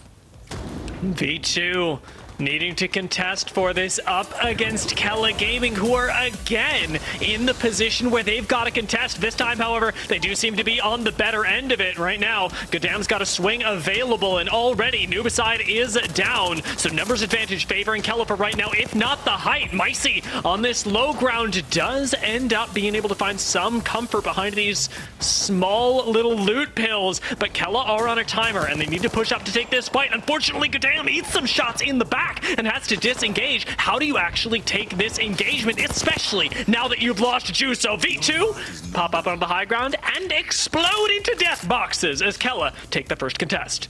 It's a good read from there and a controlled pacing there. They took the time to slow it down, especially when you notice they were double cracked at a moment. That could have been a quick slide for V2 to potentially finish the job. But hey, thankfully, they don't go down in 20th. Instead, they're actually out in 19th. It's none other than the team I was just mentioning, Ascend, wiping out Bitfix Gaming and where they like to call home in Barometer. Not gonna let anybody land with you, especially if you're Ascend. We've all seen, heard Kashera's comms. That is not a person that likes to split POIs, so I'll tell you that much right now. And with the way that these two contests have gone, I can absolutely see them being repeated. Specifically, Kella and Ascend having the opportunity to really come out on top when it comes to being able to pick up points if you're able to do it consistently. Early rotates, however, were something that Sabs brought up in the mid game, and I'm noting that Vexed were trying to do that just now, taking their own rotation with the Valkyrie, trying to make their way through Antenna. Whoa, I don't know if anyone else is seeing this, but look at that western side of zone. 5 squads already presenting themselves down by the IMC Armory, and where this next scan of zone will be could potentially be drawing out towards the western end. A very predictable finish, but almost guaranteeing that we might be seeing a fight here. J-Lang has already sat in their element 6, cleaning up in the meanwhile. And for all that you try and early rotate, element 6 have got you beat. They take out 2R1C and cement themselves in millage. This is an incredible position for E6 to be, as they've got that catalyst, can play zones so much more effectively. And in a position like this, they don't have to move for at least 2 more ring closes. If it does pull over here, yeah, it can be an effective place to play out of.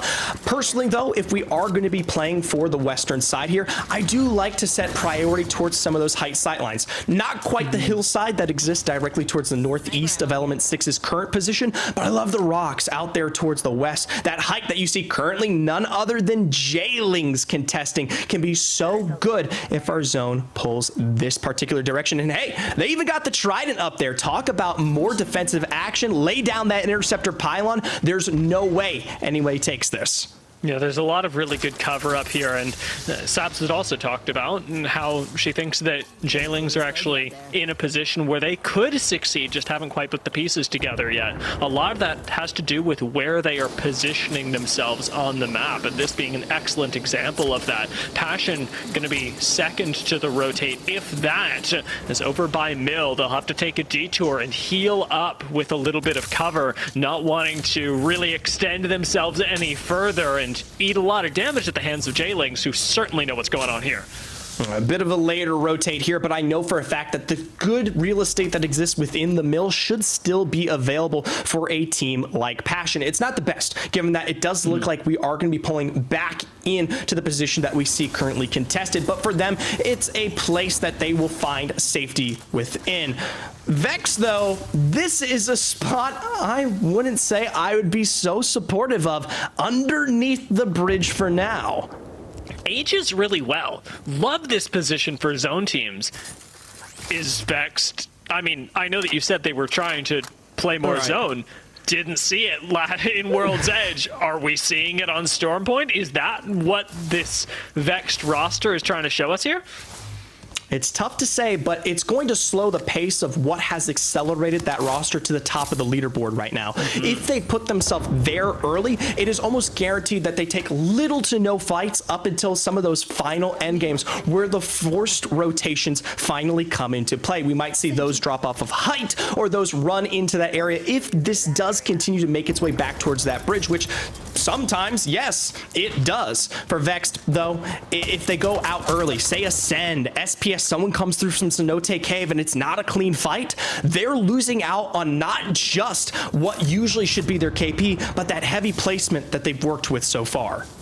Yeah, there's a lot of risk inherent here. We did get a look at that next zone, and it seems like Vex's position will survive until at least then, but Ascend trying to make sure that Totem do not. They've got this fight evidently in the bag as they take the wide swing in, and Totem bite the dust, but a third party incoming and not a whole lot of effective HP means that Ascend lose one first to that third party. Lufka should be able to heal up on this height, protecting himself from the Bang ultimate with meager cover, but it's SPS that get all the loot, and specifically these next 2 kills that came with it. It's just perfect timing there. We saw them waiting, prowling in Cenote to finish the job, and Ascend, maybe they have something else to say, but no, it's EQ finding the perfect slide of action as Lufka lands right in front of him there. A quick revive for SPS as now they get the full lion's share of these 6 death boxes to potentially work with out of Cenote. But once again, I readdress rotations south side from this particular angle into that next zone. Remember, it opens up wide. You could play off the ridge line here ahead of the choke of Cenote, but past that, those who are in the IMC Armory, Vexed in that bridge, and anyone in the houses across should have very nice fire.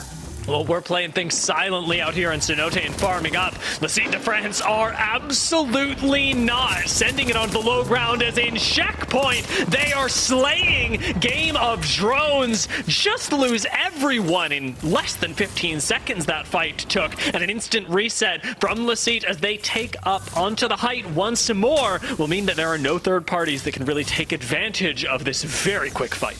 And for Lecite de France, this is some of the best success that they've found all day. I remind people that this is a roster that should be better, right? This is a team that comes off of the back end of playoffs. You might not recognize them because the name has changed, but they used to be that Game Ward roster finishing up in the top 10 of the last EMEA split. And well, yes, this is one of the first iterations that we do get to see them compete here.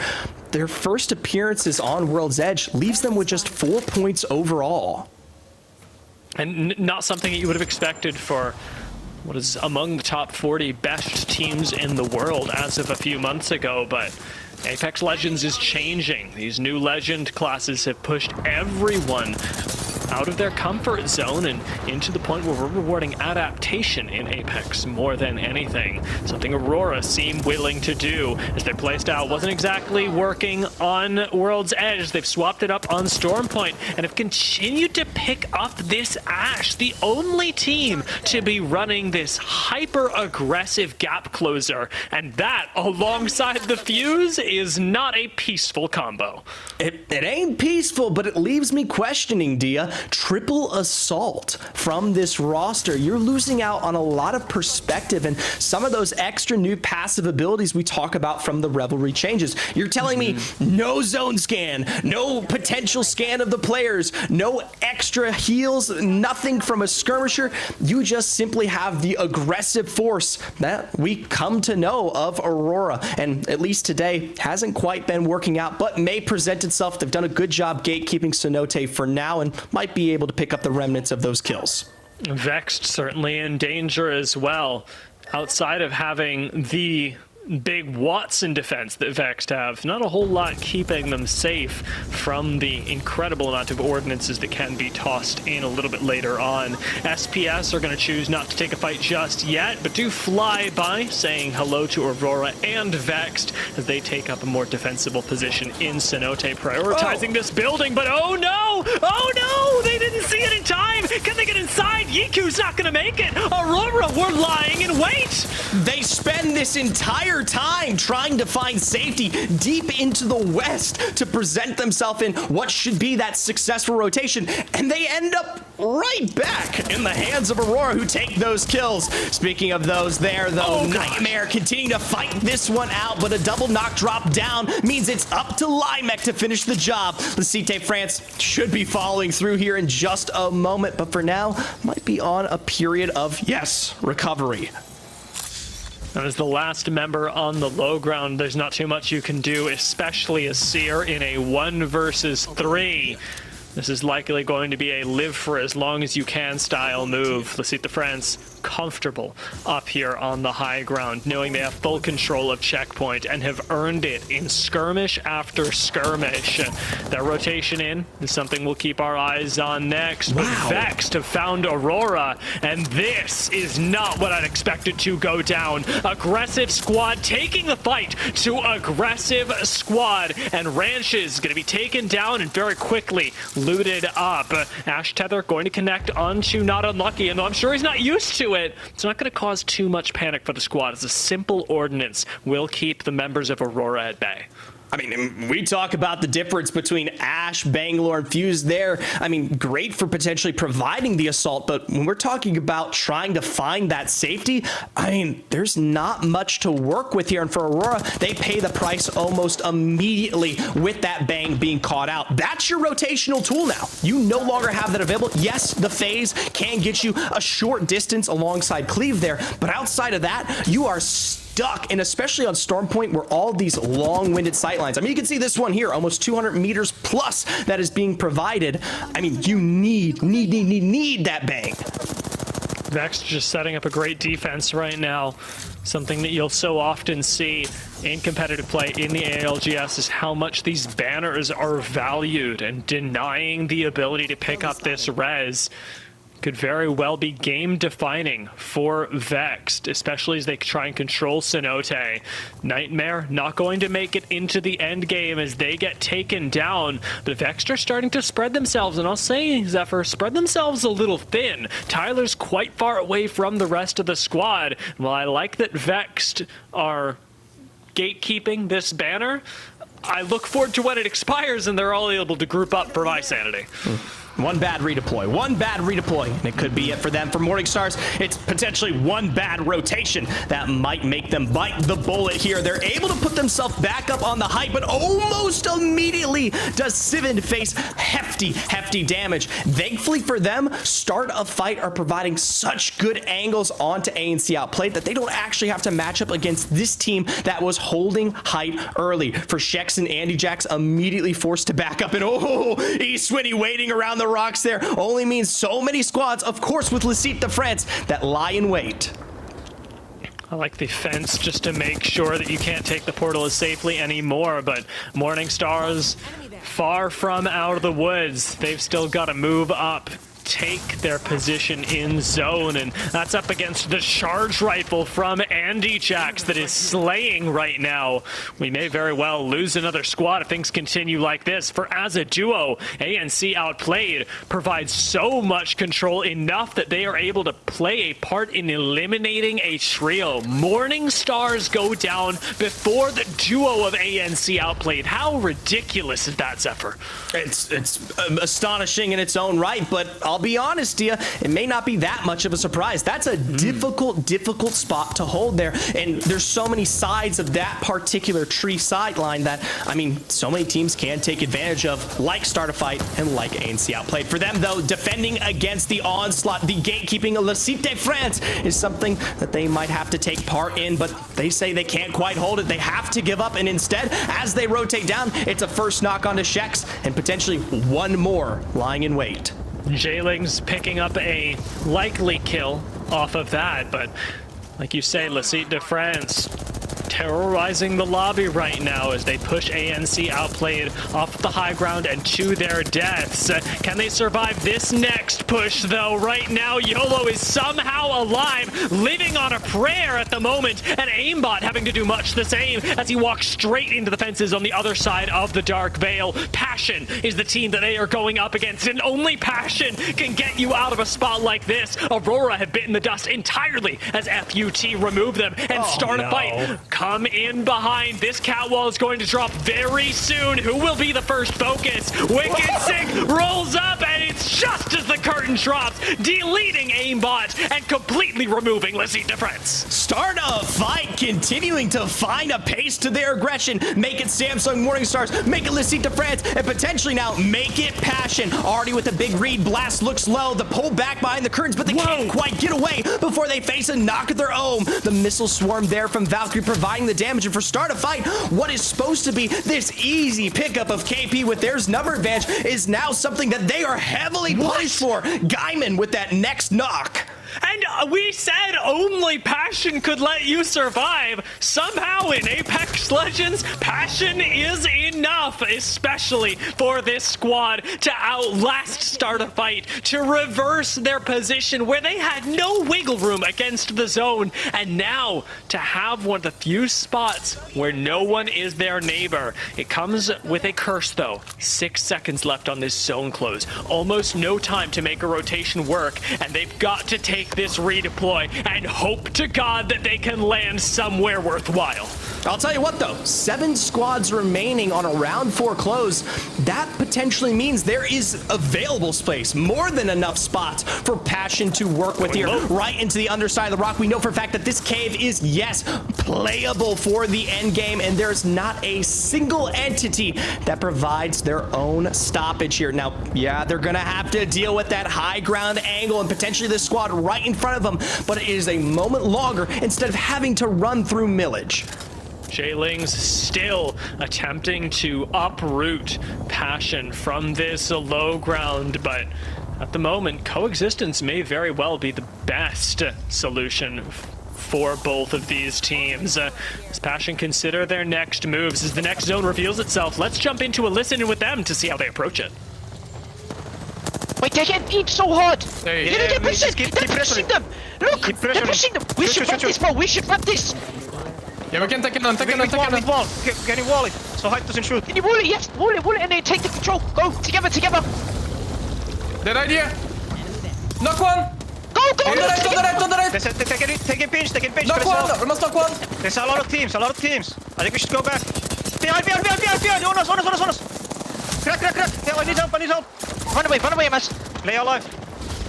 There's multiple down if you can run them, Mas.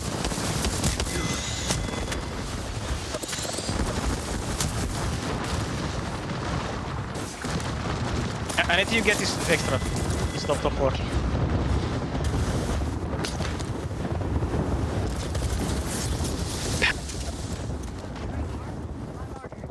Follow up there, recognizing that it was their chance to delete the squad that had been bothering them for so long. But guess who else is in the end games ever? Guess who else has made the top 3? It's Vexed, baby, who from up on high, from below the bridge initially, have come to take the fight up against J-Lings. It's just them as Kella bite the dust, and the last 2 squads are going to be a battle of all-out firepower. Oh no, and with the zone closing in and a knock already found here, we're talking about potential repeat winners on their first game of Stormpoint. Make the damage come through from afar. It doesn't matter. Vexed pick up their 2nd win of the day. And it is just as was predicted in our halftime show. Savs called it. Vexed gets stronger on Stormpoint. Their change up in style, Zephyr, it caught me off guard. I didn't know whether they'd be able to play zone. But Rain Day, they did so exceptionally. Yeah, I don't know if they'll be able to play zone. I don't know if they'll get better on Stormpoint. I mean, it's kind of up in the air. I think we've all seen that the only thing better than winning is just winning again and on a different map, I guess. That's, I guess, the only better thing. Vex go back to back, and they do it in style. They do it against J-Lings as well. And honestly, it just feels like this team can't be stopped right now. Zephyr, what has gotten into them? I told you. I said it out there directly. You tried to pull me back a little bit. I said they don't lose, Rain Day, and they have made that clear here on Stormpoint. But I love the fact that they are flexible. We bring it up, that zone play, but they kind of get creative with it. They clearly knew where that end end game was going to go, but that didn't stop them. We got to see 2 times how they absorbed space. Once against Aurora down to Cenote Cave to clear out their backside and what was necessary southern rotations. And then again, at the very end, I don't know if y'all caught it, but Matafe, the minute Jay Lings dropped down, he is taking height. He is calling out. He is that eagle's eye for this roster as that IGL.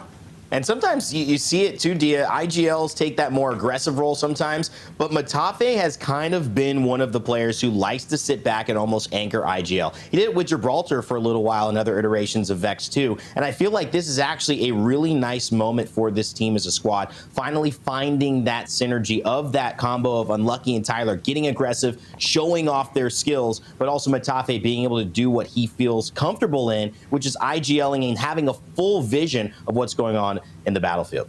Yeah, I think that is an interesting adaptation as well. As Zephyr, you pointed out the high ground. We're seeing a lot of IGLs in this split run themselves on Seer because of their access to information, the way that they can call fights. But being on a little bit more of an aggressive Legend, Matafe's got that opportunity to involve himself, and I love that you highlight it, Rain Day, because it is so crucial in the success of this roster, transitioning each player from defensive to offensive. It's not the same for everybody, too. K-Swinny on the Wraith, again, Graceful admitted they're figuring out roles, so there is maybe some more adjustments to happen, but Element 6 have been doing well also. Walking through the highlights of match number 4 on Stormpoint, what shifted, what was surprising, Zephyr, what maybe seemed to go the way you expected. Vex.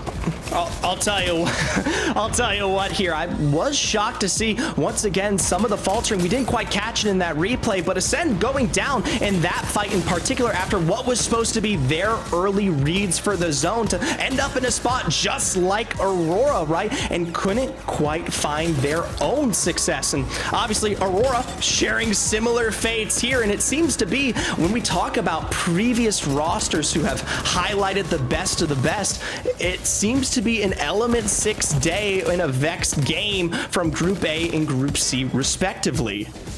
Yeah, those two teams kind of separating themselves amongst the pack right now. Surprised, and I think many people watching at home are, that Aurora has had such a quiet day. Passion, though, Dia, you mentioned only Passion can get you out of this moment. It got them out of that moment for a little bit, and then they went right back into it. The story is slowly but surely shifting back towards the Stars, the back-to-back winners, Vex, who had this outer play to just walk into most of these in-game fights.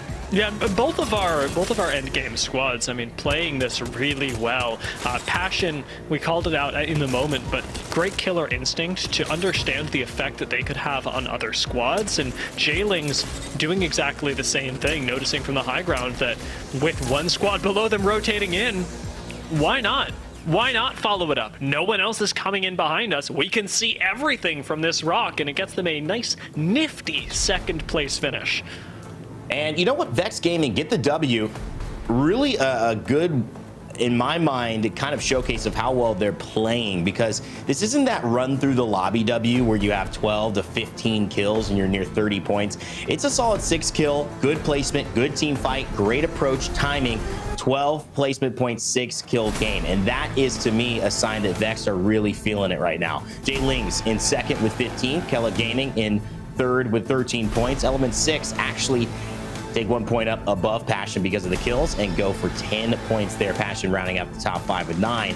As we head into the back half of this as well, our bottom 10, ANC outplayed, leading the charge in 11th. Morning Stars, a team that wants to keep performing well. They were 12th yesterday, and they do a little bit better, add some more points to the tally for playoffs. Ascend, 6 points off a 16th place. Clearly getting some fights in, clearly playing a little aggressive, but it must have been at that final fight. Didn't quite work out for them, so they don't get any placement points there. Overall, in the series standings, Dia, it is real clear who is at the top. 64 points. Not quite double, but it's getting close to the second place team, Element 6. SAF Esports, Game of Drones, SPS rounding out the top 5. It's interesting to note those names as well because of the drastic shift that we've seen, especially from Game of Thrones moving into our first game on Stormpoint. They took a big downturn in the standings, and as we're already starting to note, rotations aren't necessarily where this squad has it in the bag, especially when you've got to go quite far. Something that hopefully they'll be able to address in their following 2 games. But for squads like Element 6, they've had their moments today for sure. I'm struggling to see where they are getting all of these points. They are doing, yes, very well, but what is happening? How are they in second already? Sneaky. They're sneaky, man. They're just playing well. And this is what I loved about, Noises and JMW and Graceful. It didn't work out in terms of that, but what Graceful's added to K Swinney and this Element 6 team is that they know how to get the job done. And now I think they have the lethality. So maybe it's not working from a zone position to outplay Vex in the final circle, but they are getting kills. They've always been good at getting kills, the E6 side of that combination. We'll see if they can continue to push for first place. It's tough, though. A lot of teams needing to show up, but guess what? We've got 2 more games in our match day 2 of the ALGS coming at you. We'll see who can keep it going and who might be starting their engines late. We'll find out right after this break. WD Black, the official storage partner of the Apex Legends Global Series.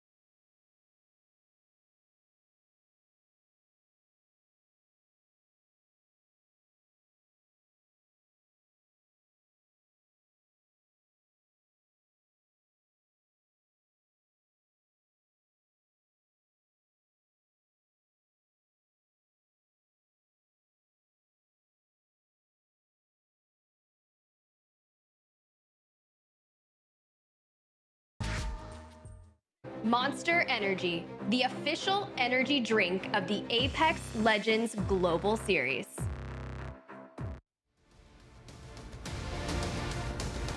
Jump into our next game of the day. It's going to be our 5th and Zephyr, I love this word, penultimate game. So, as we come up on that, these teams have the last 2 opportunities to put points on the board for, especially those in Group C, their first debut in ALGS Split 2.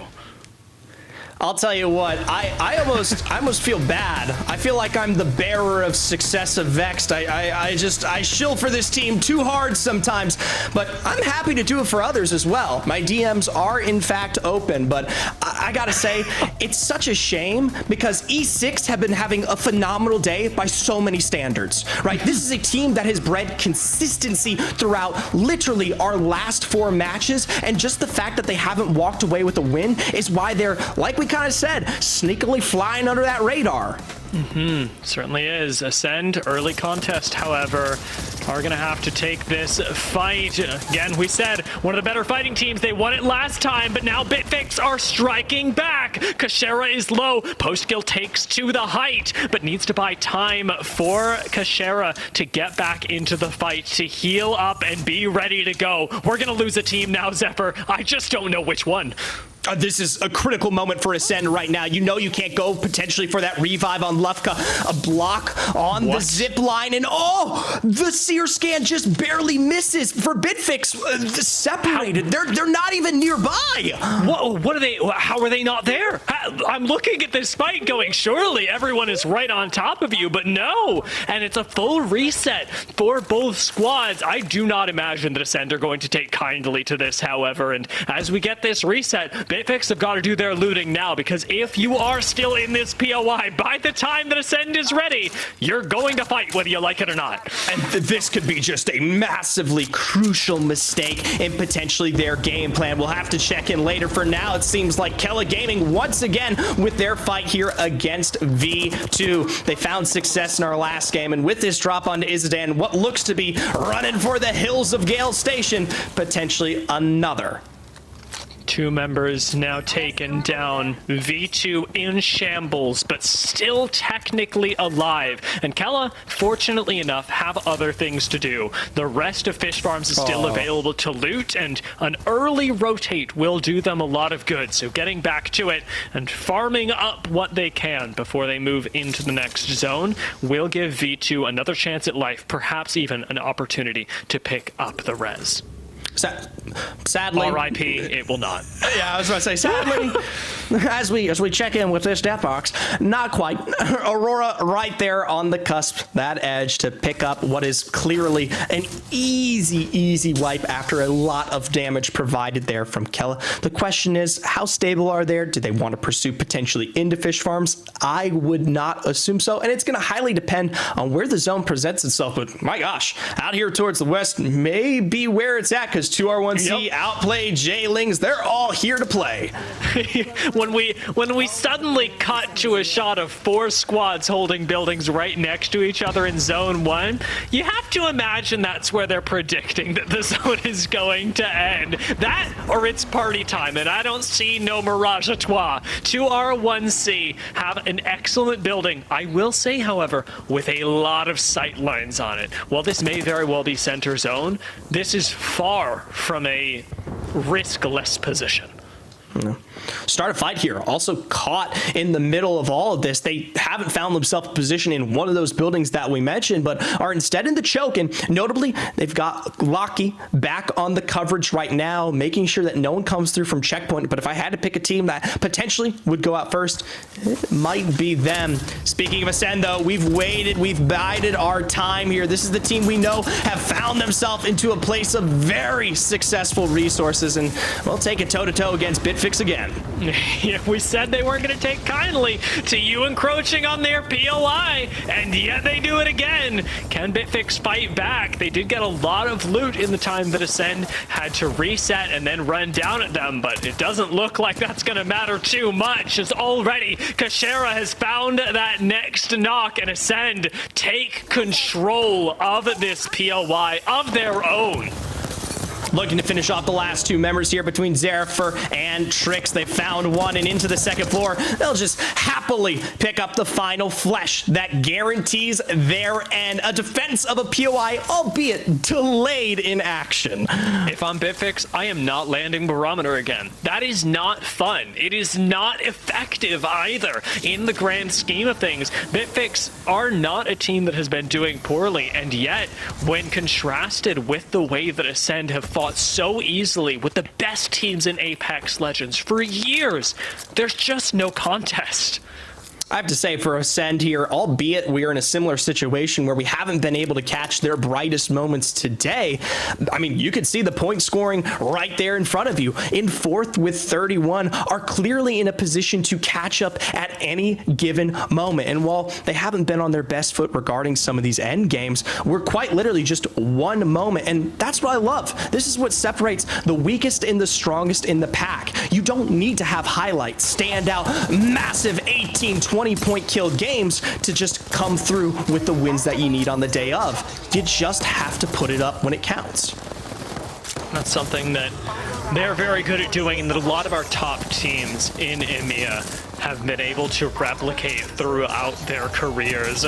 Kella just starting to build some of those very same careers, have actually done quite well on the day. A top 3 performance just last game is their first appearance on the professional stage, and I mean, Zephyr, they are doing really well. This IMC Armory is going to get them nice and looted up for their next rotation, something that'll be really important as they face off against, like we said, the best squads in their region, some of which are the best in the world, and yet Kella are not slouching.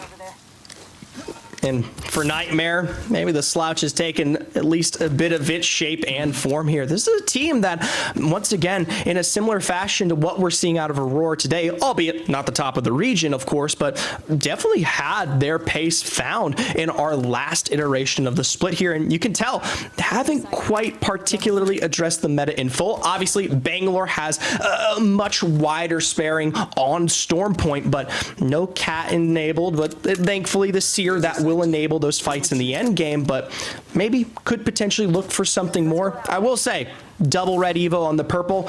If they get into a 3v3, they are in their best set of, we'll say, state compared to how they ever had been prior to. It's what you'd imagine, right? I remember when we were on Challenger Circuit during the time that Nightmare were fighting their way through, trying to make it to Pro League. Yeah, that was the squad. Every day we went into Challenger Circuit finals and went, well, let's see what High Society can do today. They actually had a decent showing in Pro League, and yet last split was not their, I'll say, ideal performance. It's put them behind a little bit, and they're struggling to find an identity at this moment in Apex Legends, where, as we said, everything is changing and the meta is continuing to shift. Hopefully this is their game, but we know they've got a nice brain on top of these big, beefy shoulders, so we'll see what they can sort of mad scientist up in the next couple weeks, and they will need to do it because teams are innovating and they're doing so constantly. And I like that because we talked about Kella, and now we get to talk about SPS. These are teams that are new, fresh, who are coming through from the back end of Challenger Circuit, who are kind of finding their best in terms of their debut here. SPS even better than Kella right now, holding out buildings on the edge, at least for this current time being. Haven't quite found any necessary active motion to present that next best fight forward, but it does give us a nice read of that zone. We might be catering towards that open-ended finish west of Jurassic Park, Dia. You know the one. They're just raw running up this hill right now. No consideration for who might be on the other side. The smoke's going to have to be enough, and that is the reckless abandon that we've seen SPS approach fights with. It's what's won them a lot of separate engagements as well. It's just their willingness to, say, land in a suboptimal position and push your building. Not something that a lot of teams trust themselves to have the mechanical ability to do. Something that we're seeing even now play out on the high ground as Ascend bully Kella just a little bit and then pass on by, retreating into Barometer and likely into the next zone. Kella are sure to be tanking a bit of zone damage as they make their own way in. And this is a crucial moment for Kella, right? We talk about this next rotation, and Aurora's blocking what will be your take into Jurassic, which that will decide your end game right here and right now, whether you take this path forward through Antenna or you're forced to wrap all the way back through Barometer. You're losing out on crucial height that will come into play in this end game, and it's already starting 10, 15 minutes in advance. Yeah, not a lot that you can do to overcome a squad like Aurora once they're in front of you as well. They know it and will be watching their backs and keeping tabs on your optimal rotation. You got to hope that Kella do have the meds to withstand this. Unfortunately, there is a replicator right next door to them in Antenna to stall this out for as long as possible, to hope that they can get a better angle once Aurora run into, say, Ascend, who have rotated through Jurassic ahead of them. Ascend coming around the entire cusp of the angle there will be able to gatekeep that exit out and even potentially totem on that northern side, but that's not where our zone pulls. We've got a bit of the mix of height held by Element 6 and Game of Drones, but the majority of our rosters playing that early village that we discussed our happy dappy party fairly early on. Well, Ascend push in Jurassic. Vexed are set on the back foot by Nightmare. You said it yourself, Zephyr. If they are fighting, if they are getting aggressive, Nightmare are in their element. But whose is it going to be at the end here in an isolated 3v3? I don't know who I'm taking. Vexed at the high ground right now, have their digis. Matafe still healing up, however, and Tyler has gone down. It's a trade for Denze as Vexed continue to pump out the damage, and Matafe from behind on this defensive legend slides out to take the 1v2, doesn't quite make it, and Vexed get put down by Nightmare. And we talk about the sustainability of those resources coming in clutch. We tuned in with Vex there, and as much as I love and seen their performance today, sitting on the triple blues, already taking a bit of damage back from the zone, I went, oh no, Nightmare in response here. Even if they're on their not their best foot forward, Dia, they have a bit of that extra leniency to either make mistakes or make it count like they just did. It's gone so well for them now, and this has to be their hottest game so far. Your goal as Nightmare is to keep that momentum going, transition it into more squads, more farming of KP over by Cascade. Do not let a squad pass you by. As Ascend, unfortunately, are going to have to. This next zone incoming soon means that they have to think about their own rotation, not just denying those of Aurora. Well, Aurora out here on the edge. It's a tough place to be for now. Obviously, we'll have to present themselves even further towards that northern side. And I talked about this earlier. We talked about open-ended spaces within the zone. This particular section of Storm Point can be such a disgusting rotation to behold. And sometimes when it finishes here, yeah, you're able to play from that Ascend Aurora point of action and work with that height. But instead, you've got to move even further forward. Ascend, they're already on that at least further apparent information coming through on that western side. Aurora trying to sneak through the very edge of the east. I don't like the call from SPS that we just saw to try and take this low ground earlier, because as you highlight, there are two squads that right behind them are going to have to encroach on this territory. It may very well work out, but I am scared, and if you're Jailings, you should be as well, because they are out, having essentially a 0-point game in our 5th of the day. They've got one more opportunity to put points on the board. Aurora rocking up now, and Fuse is starting to do some serious work in here. Out's gonna come the ultimate. Can Aurora take the fight? Ranches is overextended for a moment. Skynade out of clean, may connect, and does just for a little bit of damage as they get to take this gravity cannon, knowing that you've got a squad locked inside. This Fuse needing to do so much more work, so much more effective zoning, and with the Dark Veil out, Aurora are split. SPS go down. Their early rotation not paying off in the way that they had hoped, but Aurora haven't been able to take this fight either and are going to be in an even worse position out in the open as Switty swings around the side trying to reverse the fight for them. Morning Stars go down and we're into the top 15. Placement points have started being accumulated before this fight is over, and Element 6 are running straight into another team. Caught with their back against the wall here, Aurora finds that first knock at the hands of their Rolling Thunder, and it's the Ash phase that actually allows them to present that much further forward. But immediately as they make their way into this next zone, we talk about so many of these rosters who have been here. Gaiman, Rondon, and crew from Game of Thrones who have been holding this hideout are almost immediately able to lay in the damage. And I love this from Hardeki. Finish the job while you can. You know you have that advantage. You know you have these sight lines, and you know you can kick them to the bucket. That's Aurora gone with nothing they could do behind the rock. And while the fight started well, we did see the shortcomings, as you talked about, of not being able to stabilize effectively, of not having the rotational tools afforded to you by other legends. Ascend, however, have made the best of their rotation, following up on the one that SCS started and cleaning up team after team. That is a squad that is in a position to succeed. Ascend may very well be able to take this game. Nightmare, though, we talked about them having to keep the momentum going, and they do, taking out FUT, but it's close. a revitalization of Nightmare and where it finally counts from Vexed onto FUT. This is something I want to point out. Playing from the north side, they are quickly cleaning up what might become some of the most effective positions for this zone. We look at how Zone 5 caters even further back up into the choke, away from the buildings, and you have to acknowledge the little bit of height that you get off of our L building and the grav cannon that might come into play here for Nightmare if they can continue to keep pace and tempo how we've seen. I love that. I love what you've just brought up, Zephyr. That gravity cannon, actually really important for any squad that wants to survive into the later stages of this game. Second only, I believe, to the position that Passion currently hold. With the best in the lobby. Behind this building, you have so much safety, and it's so difficult to push Passion because other squads are also going to be looking at this height.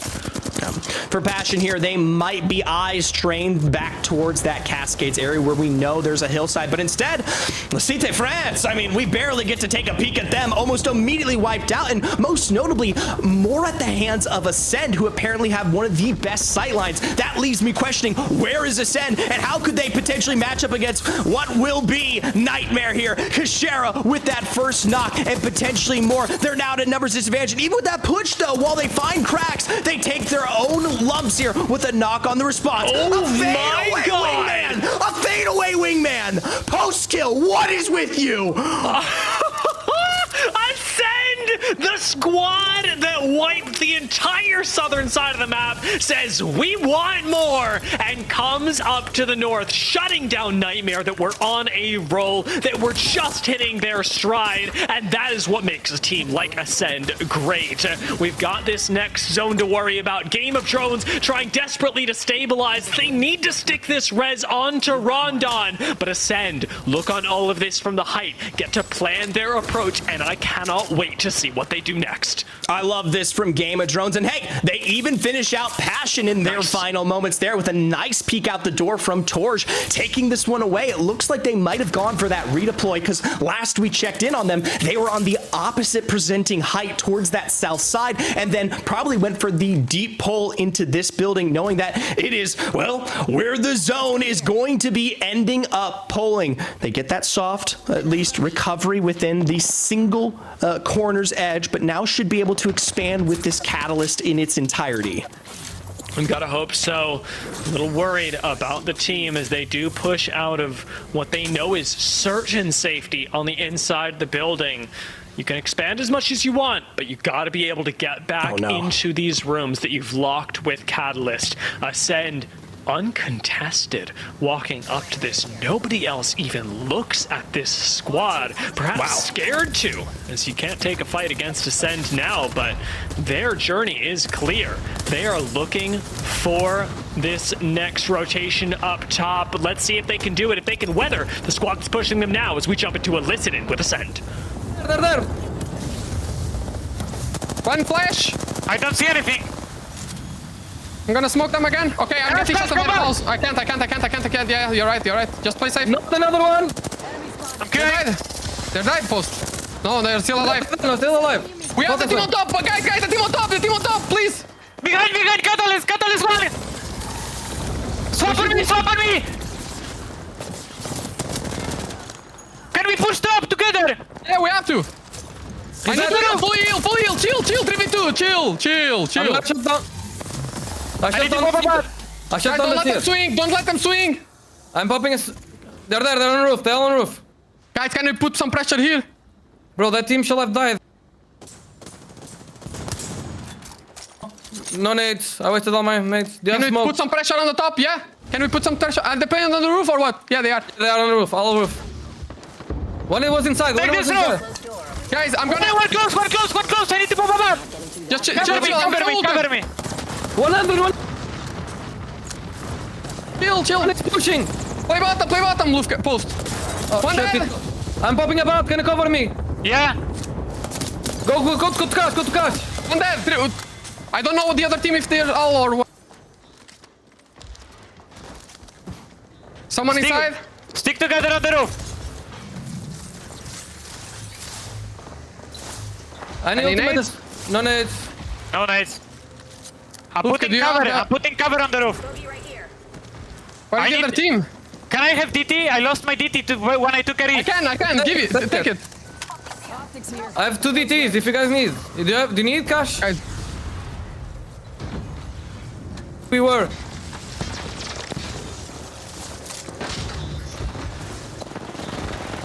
That is the other team, second squad, no?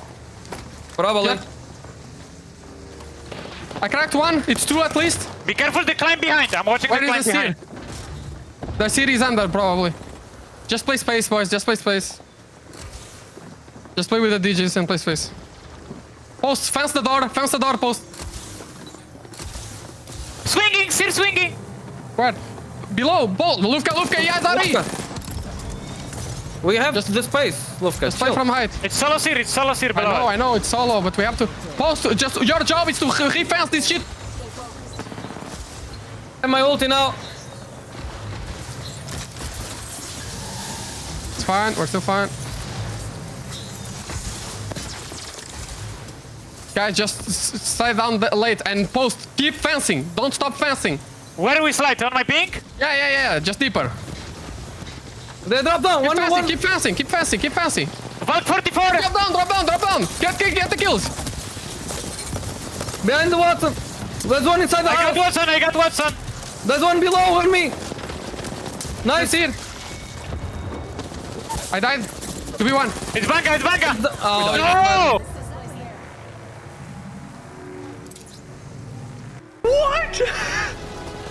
What? 2R1C! Excellent control of that end game. And up against Ascend as well. Were you losing your mind, Rain Day? Oh, man. I'm glad I was muted because you might have heard some things that you didn't need to hear live. I was freaking out, at least mentally for sure. That was an incredible fight and so cool to see it and hear it from the side of Ascend and Kashera trying to navigate that pesky squad, 2R1C, who would not go down. It was just a matter of a solo and the 2 inside, but it made it difficult enough, and maybe a mistake there, dropping full low ground, getting taken down by the zone, getting a little aggressive when the whole point of that was chill. But I gotta say, Zephyr, I thought Ascend had that in the bag, but again, it goes and bodes well for 2R1C and how they have performed today. Absolutely. The last time we saw them perform in this likeness was, well, at the very start of our matches here in EMEA's Day 2. Obviously, to see them reappear once again is a treat, but just behind them as well, Game of Drones also shoring up a similar weakness after they, like we kind of started to mention, were starting to slip a bit on that scoreboard there. Talk to me, Dia, too, about 2R1C, Game of Drones, having the days they're having today. Game of Drones, last match day, just yesterday, 19th place. Wow. Now they're nearing second and third. 2R1C in the exact same position. Talk to me a little bit about how these two teams have shown up in match day 2. You know, it's really funny that because I think that the ways that they find success are very different. 2R1C do an excellent job of predicting the zone. So when Uchako gets it, when they all rotate into where that zone is going to end, man, do they look good. And while I would typically have said that for Game of Drones previously, being one of our crypto teams from the days gone by, now we're seeing Rondon and the squad really specialize in this sort of mid-zone play. They get themselves into a nice position in ring 1, maybe ring 2, but then their specialty really becomes how to take rotations that don't put them in the sightlines of other squads. We saw so many teams fall to Ascend just because they were in their line of sight, and Game of Drones don't do that, and that's the most special thing about that roster right now. Well, let's take a look at that final circle, because there's a final circle that Ascend would like to have back, and it was about, I guess, a month and 6 days ago in London. This final circle, they're definitely going to look at ways to improve too. Zephyr, is this just the case with Ascend? I mean, such a great, consistent team. They win a lot of these, but sometimes maybe could perform better here. What do you think happened as we take a look at this final moment for Ascend? Well, right off the bat here, it's a bit of chaos regarding the remnants of this third roster, which happens to be Game of Drones, and calling out their positioning up until what they exist as underneath Rondon Solo took a long time for Ascend, right? And then on top of that, the coverage as post-kill tries, you can't match Fence cooldown, but the most important moment here, and you're gonna see in a moment, is a single ordnance, a single frag right on the edge, a cataclysmic blast that sends Kashera back down when he wasn't going to drop at all. That would have put 2 people up on height to respond to our 1C.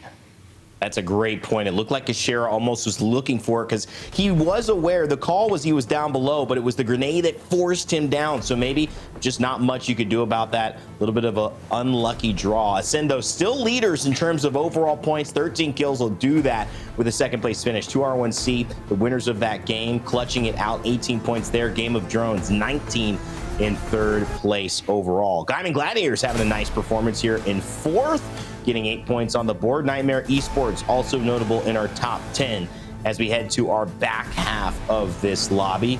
Teams we have seen again and again in this 11 through 20. Aurora, V2, Bitfix Gaming, SPS at times, Morning Stars, trying to see if this will change. Not too much time to change it though. Vexed, surprising visit down to the bottom 10, but I don't think they'll be there for long, and certainly still in a very good position to win this overall. As we take a look at our series results, it's pretty clear this is anybody's game if Ascend and Game of Drones get themselves in a position like they were before, and Vex do not perform. Vex still out in the lead by 14 though. So what a moment we have coming up in game number 6. I know that you'll have a lot to say, Dia and Zephyr, about this, but I'm going to give you a little bit of a break right now to get ready. Let us all catch our breaths because there's one more game left on Stormpoint to close out EMEA's match day number 2. Will Game of Drones have a chance to get back to that final circle and make amends to claim day number one for them? Or will it be Vexed who show up as unstoppable as they have been throughout the first 5? We'll all find out the answer right after this.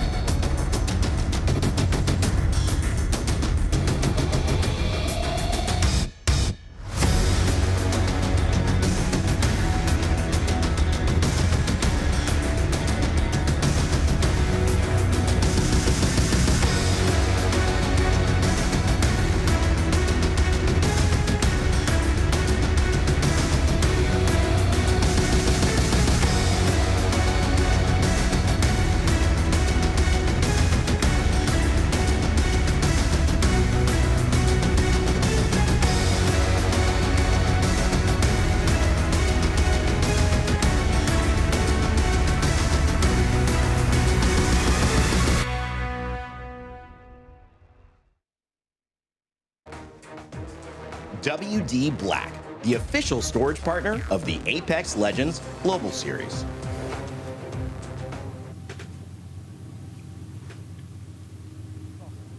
Landed near me. It's game number 6 time, and it is the last time that we will see these 50-50s on Storm Point. Ascend, once again, landing themselves right next to Bitfix Gaming, and V2 over here once again contesting with Kella. It feels like a tale as old as time, and surprisingly, it's only happened twice this game. At this point, though, damage found for Kella already right off the bat might be what they need to get this one going, but I can't imagine either of these teams have enough loot to go for a fight. No, the height discrepancy is so difficult to overcome. There needs to be so much damage put down for you to feel comfortable making this push. But the Sentinel might be the thing that swings the tide of battle. A headshot on that is essentially a player down. So watch yourselves, because Kella are looking for these angles, and now they've got height and control of the Mirage à Trois. You cannot overextend here. Misi goes down, and now Kella, albeit still with height, are fighting a losing battle. V2 have all 3 members up, and we're gonna see them take this contest by storm. I you know, no idea in response to how they set that one up, but it felt like they just popped out of nowhere to finish the job. A fantastic decision by V2, because for a second there, I was almost about to say, probably drop down playing the rest of Fish Farms. They just want to take the best that they can for their last game on their way home. Instead, out from the cracks and crevices to find their success. That was such a nice way to turn it around, and it's again one of those 3v3s that doesn't go on quite long enough for Aurora to come in for the third party. But you see that rotation from them, looking for it, hoping that they can get that next move on the third party. It will, however, bring them all the closer to zone that seems to be pulling us over towards a launch pad where several squads are already starting to pile in. Yeah, we might get a bit of a mix there between Launchpad and potentially Lagoon. And Dia, I mean, I hate to ask, but I have to. Who lands Launchpad? What incredible squad potentially at the top of the leaderboard right now lands there? That's Ascend, baby. That is... No, is it not Ascend? Ascend used to land Launchpad. Ascend and Barometer. Is it Vexed now? Yes. It's Vexed. Oh, no. Yes, Vexed. My gosh, what are we doing? All right. Check out that area. That's why you don't ask me questions on broadcast. I'm sorry. My love for you still remains. I was thinking of Ascend because I was thinking of the fact that they're fighting Bitfix. That's fair. It's okay. Surprisingly, this time around, you bring it up, hasn't happened, right? This is one of the few moments that, surprisingly, while yes, Postkill and Lufka are still back on the crafter, trying to get themselves sustained, they have actually pulled more towards the north side to maybe cater towards that rotation. I can only expect Bitfix to just hightail it out of there. I don't even know if that's going to be enough, though, and that was my big problem with them landing right next to Ascend in Barometer, is the fact that when you are landing next to a squad as aggressive as this, you have to be able to outfight them, and we haven't seen that yet. Speaking of outfighting, though, and we talked about them earlier, Vexed do have their pick of the litter in terms of positions over here, theoretically. Dang. But this is not a good spot. I mean, height is good to play up on this particular overreach of Launchpad is effective, but I mean, obviously you could see how they were trying to take maybe a bit more space. Now, granted, maybe not expecting the expedient rotation of so many of these squads, and that's why, even though they present themselves, they have to pull back so quickly because of all of that damage. It still is working for them, though, right? I do believe that this is going to slightly work its way away from that central position for Vexed here, but it sustains past your rounds 1, 2, 3 here. I mean, you are in the zone in comparison to, say, hey, Ascend, who are out there by Barometer. Any bad 3v3, one bad rotation, Dia. Certainly could happen to anyone. Aurora's been caught out by unfortunate circumstances more than they'd care to admit in today's games, but for the moment they've once again opted into this antenna move, and it's got them relatively safe for now, albeit they have got a squad coming up right behind them. But for things like a Fuse and an Ash, holding these small corridors that push into antenna should be relatively easy to defend. Obviously, for Aurora, we did see them last time cater towards this antenna area, and something that is nice about this particular spot within the zone is how it transitions to those that do pull out towards that launch pad area. Obviously, sight lines that will be a little bit dangerous when we talk about POI direct from launch pad, but that hillside, especially when it does work its way slightly back out west, is a little bit of height, a little bit of defensive action for those teams that happen to clean out their backside. Kind of similar to what we saw from Nightmare and Ascend north side of our last zone. Element 6.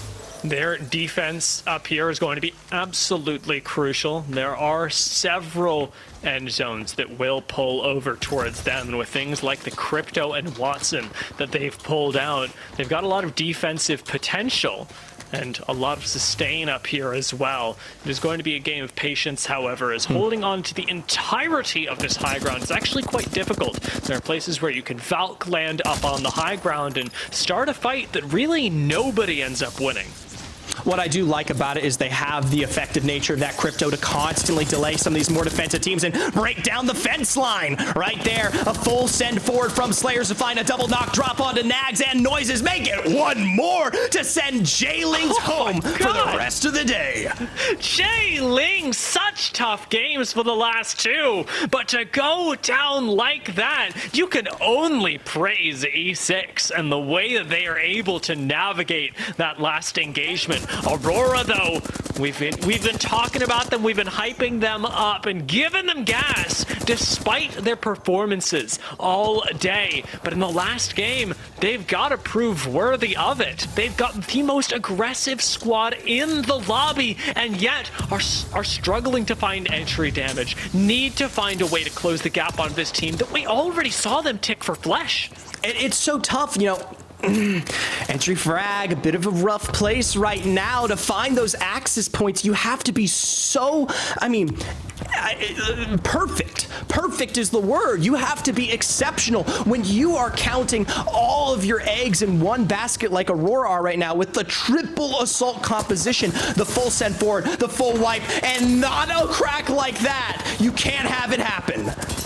Now it's just up to Cleve and Mali1. It's the suffering of taking that big chunk up front. The nice thing is that Aurora trade it back, and against start a fight, they may be able to make this work. Ascend are starting to show up as well, however, and now it's time for Aurora to hunker down and play defensive instead of getting lasered in the back. Ranch just swings so wide, he is lucky to be alive, and Cleve may not be able to do it. Swings out with the Ash Portal and somehow stays up. In the face of Ascend directly, all three members there, Cleve is allowed to survive in pieces. Lufka, he's taken to the skies. He says, I'm out of here. We got V2 here to play as well. And Aurora, they get the revive, but they gotta continue to fight.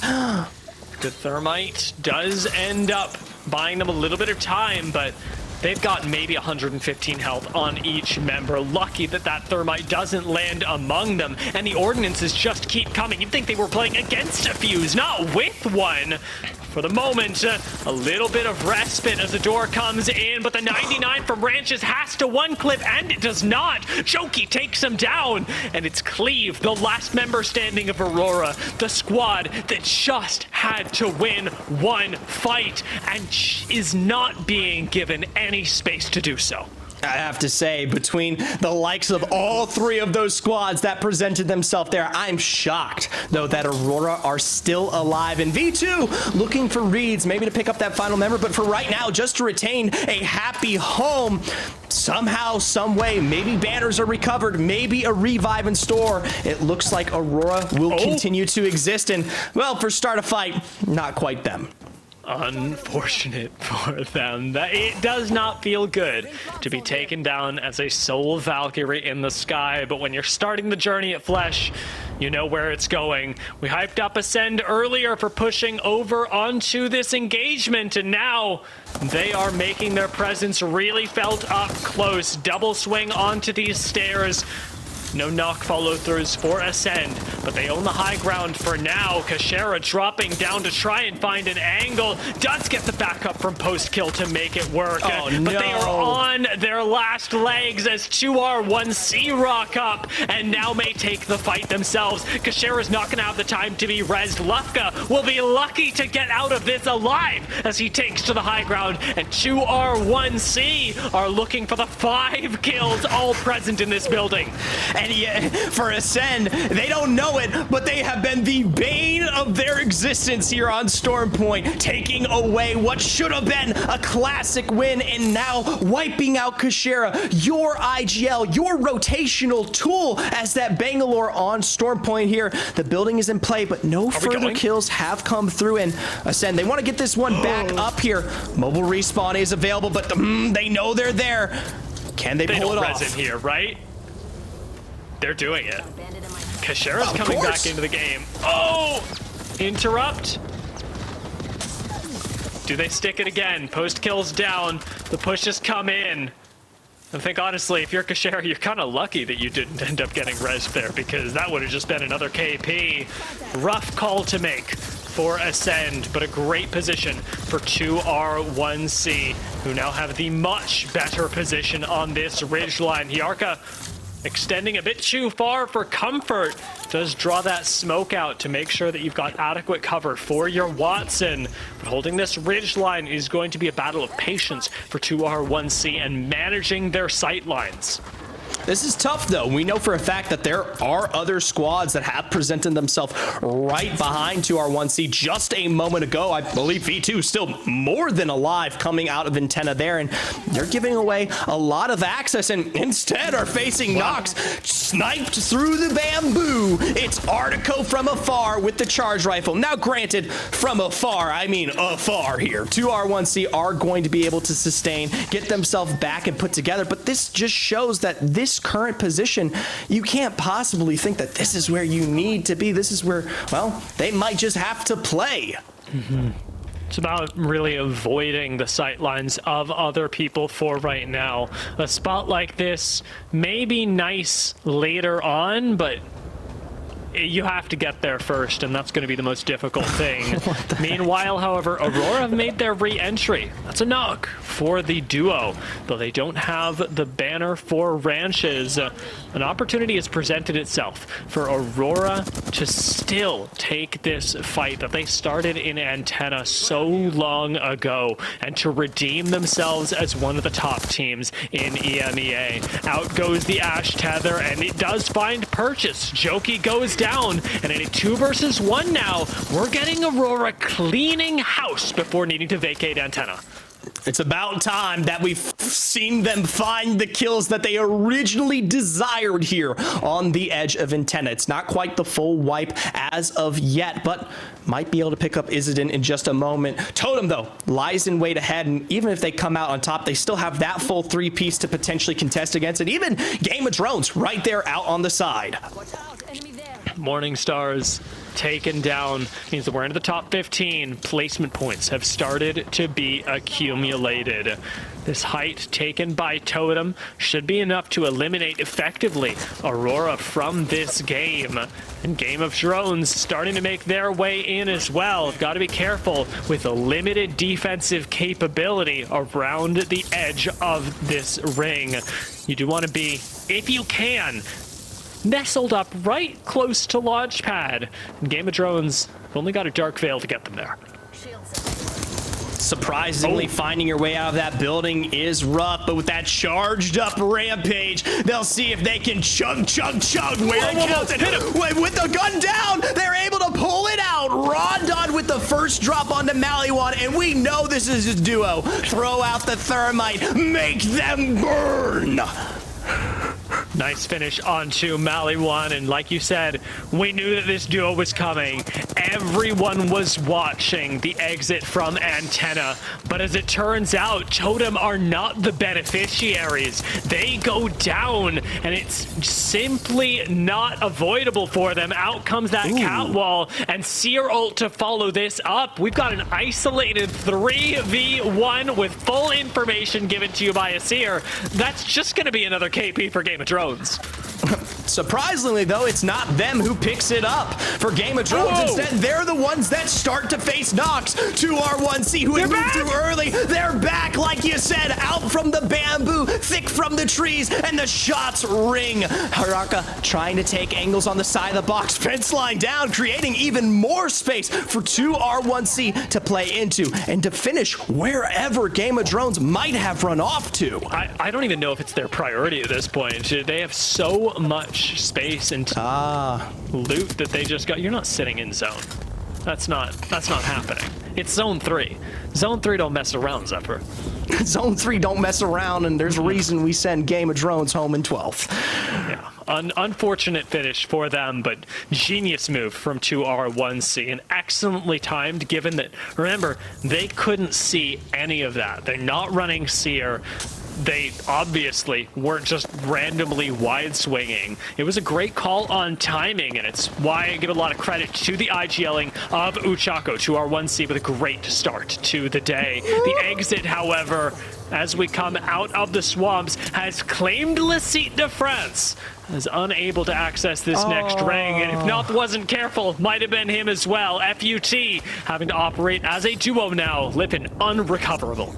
Just barely forced out of a situation where they walk into this as a 3-piece here. 2R1C on their own recovery potentially could be looking for that next win, Dia, here. It would be huge. They're currently in 4th right now, but a solid sustaining might thrust them past at least 3rd and 2nd and potentially to usurp Vex, but we know they're still around.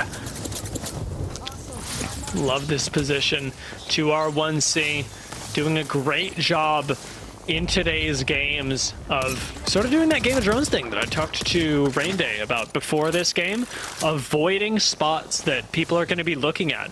Nobody likes this position from 2R1C. Why would you get pushed here? Unless the squad is actively looking to hold an inferior spot. Uchako, though, does extend a little bit forward, looking for more ground for the rest of the team. On the Bangalore, has plenty of safety with these smokes. It has access, most importantly, take a look at the top left, to the next ring.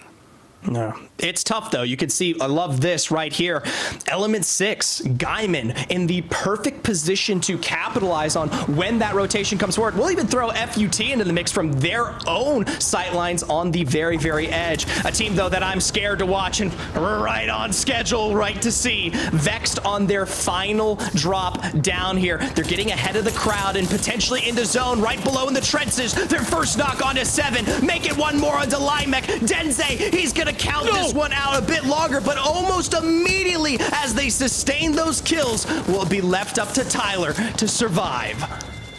That looked like such a good push. How did they lose control of this? Outplayed, picking up 2 kills now, and with Tyler on just a sliver of HP, needing to pop this Phoenix kit, the zone's gonna push in. You're not getting unlucky back into this game. You have to imagine. Gonna go for the res. This may actually work out. Zone's coming in.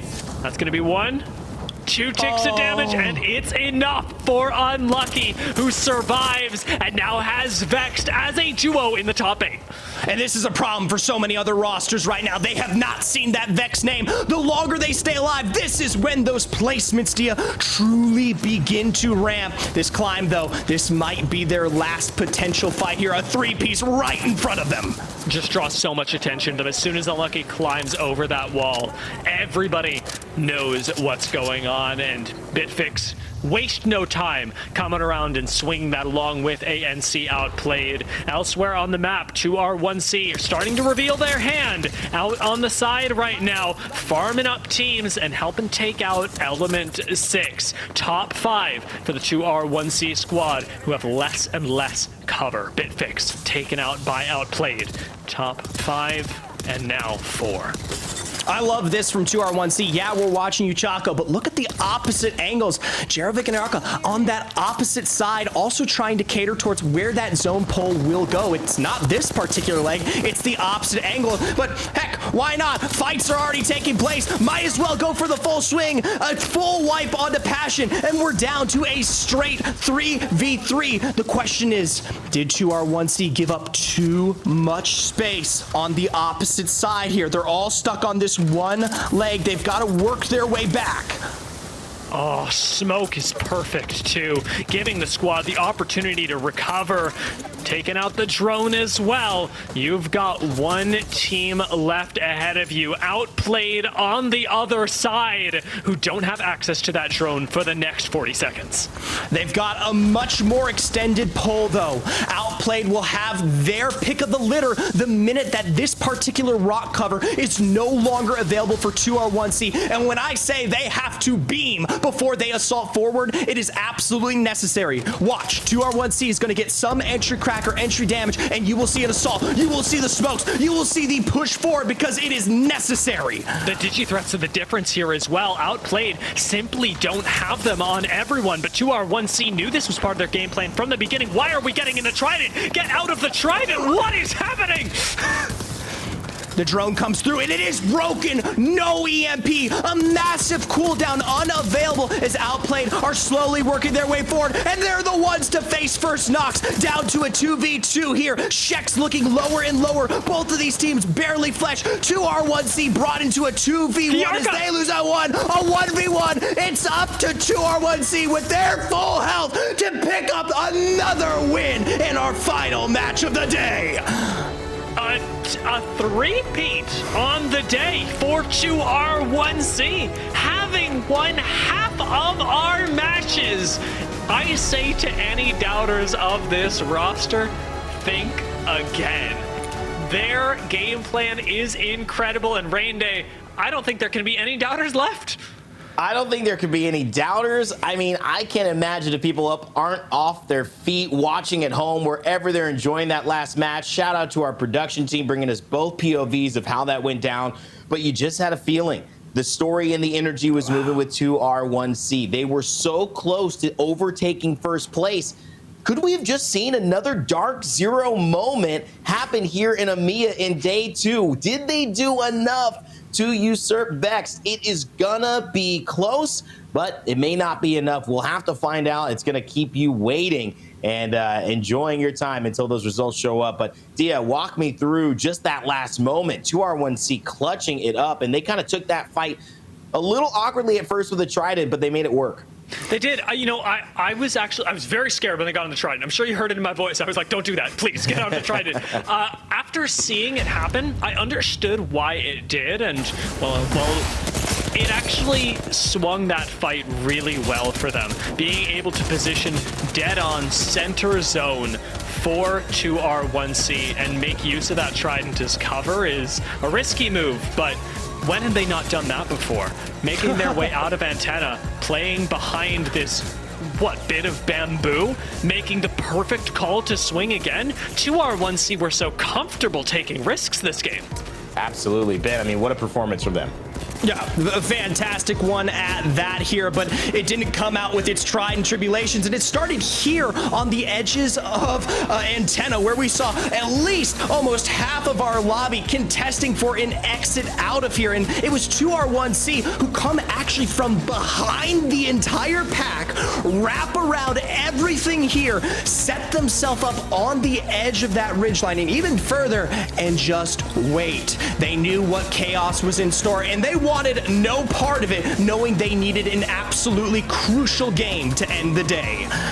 Aurora disappeared a little bit today. Going to be disappointing for them for sure. Looking back at this match, they'll have a lot to review. V2, pretty similar position. Not enough from Joke. Nubicide, Zidane, they'll have to go back to the drawing board just a little, but you can't blame teams, especially when they're having their first go at this brand new season, which has shifted so much. But talk about starting with 44 points. 2R1C in 5th, start climbing up, 50 points there. Gaming Gladiators gets in the way, and you think maybe Vex Gaming and Unlucky and Tyler FPS have what it takes as a duo. Yeah, this looked really good for them, honestly, once they got back up as a duo. Not ideal, of course, but you're looking at it saying, well, it's Vexed, how can this go wrong? And yet they've got 2 squads just looking for that exact same position, and it's that Game of Thrones 2R1C difference that we were talking about before the game. Everybody knows the position that Vexed have is the natural conclusion of the most powerful spot in the lobby. You want to eliminate that squad, and they just have a lot of attention drawn towards them that 2R1C didn't, meaning that 2R1C got to take fights at their liberty, and Vex got to take fights as other people wanted to take them. Chaco going into the finisher, bouncing back up. I mean, incredible stuff there. And you can see 24 points at the very end of the game makes a huge statement. I believe that leaves them with 68, if my quick math is correct. We'll have to see if that's enough. ANC outplayed 14. Vex, they got 5, holding on to dear life. It might be enough to get them first place. Foot Esports, good ending, 4th place. They ended with, I think, 20 points in game 6 yesterday, so they tend to kind of ramp up on Storm Point. Passion as well, 12 points there. Bitfix Gaming getting to the top 5 with Element 6, a 6th place finish with 9 points. That's going to put them in tied for 4th overall. And on the back half, looking at this, Zephyr, we've talked about some of these teams. It was not Aurora's day. They ended up getting in that top half there, but V2, Game of Drones, had a chance to maybe take this as well. They just didn't seize the opportunity in Game 6.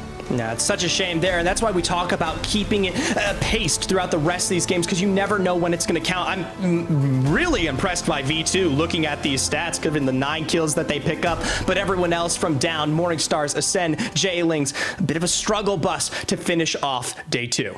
That's okay. I mean, for some of these teams, it is day 1, and you got to give them that little wiggle room, and that's kind of a disadvantage in some ways to be playing after a team has already played. 10 teams have already played, and you have to understand it's a brand new meta. So I understand, I empathize with the way some of these teams are probably adjusting at this moment. But going back to the drawing board, it's a long season, a lot of time to readjust and correct.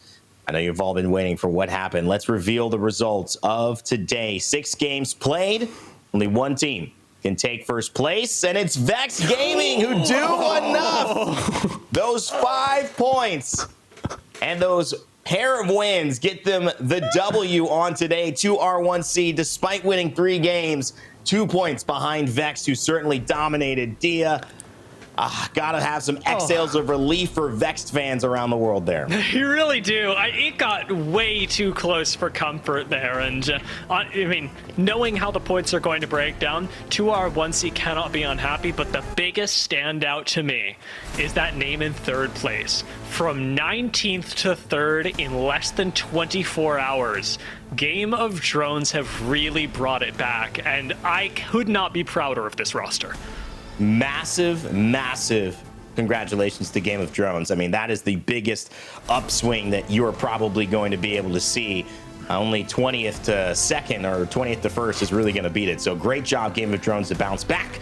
Ascend and Element 6, they round out our top 5. Let's go over to the final season results, or at least the current season results as it stands in EMEA. Remembering games, match days 1 and 2 have been played by Group A, and Group C just getting involved in this match day 2. So naturally those teams will have a little bit less, but Vex Gaming, after 50 maximum points, they've got 39. That's a great start. Ascend 32 as well. 2R1C, didn't expect them to be there, but they'll take it. 28. Fire Beavers 25, a perfect 25 after taking a rest day today. And Foot Esports with 24. Our second page here will also showcase a little bit of a story of the teams who need to increase their points effort. It's not a bad start. I mean, there's still so much time here in this league.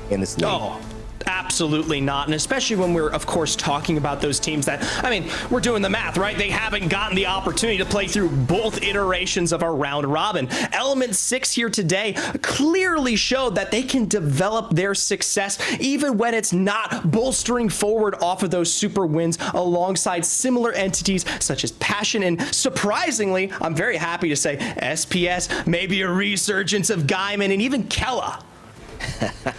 Well, we do have one more page also, and these are the teams that you got to say again, it is a very long season. Bit of a surprise though. Aurora did not expect this team to do it, especially now we know they're able to go to split 2. They've got this whole runway of a league to get this together. They've always been innovators. They were the Catalyst team before, and now they're not playing Catalyst. They got the Ash, the Fuse. We'll see if they adjust on that. I'm not quite sure, but I'm super happy of what they've done, and I think it's been a phenomenal job when you look at the way Aurora, Vexed, Ascend, Element 6, Game of Drones, you know, these teams that have really, 2R1C, have been really showcasing their stuff here at the start of EMEA. Very, very excited. Of course, when we get into these final moments of the day, we have to pick who are our standout players, not just our standout teams. So you know what it is. It's time for our Monster Energy MVPs. All right, let's kick it off with you, Dia. Who's your Monster Energy MVP for today? All right, my Monster Energy MVP for the day is Kashera. Kashera was absolutely crushing it, and it's entirely the identity that I'm seeing from Ascend. He's got great calls. We got to jump into a listen-in with this squad during game number 5 of the day, and you can already tell with the way that the team is playing both in the early and the late game that they are guided by this controlled aggression of one of the, not just the best teams in the world, but of one of the best IGLs in the world. Kashera is always in that conversation, and it is so clear that this new meta, this new split is not slowing Ascend down at all. Look at this even. The rotation from the south to the north, all the way pulling in right up next to 2R1C in game of drones, had nobody really able to step to them, and it's this adaptation from the IGL position that is really valuable for Ascend. Can't say enough about Kashera, the way that he has played. What a great story going to land. Trying to raise that trophy for his family, and not only for that, for his hometown. But you can see that there's still more to do.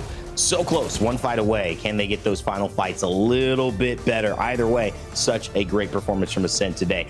Let's send it over to Zephyr. Who you got for your Monster Energy MVP nom today?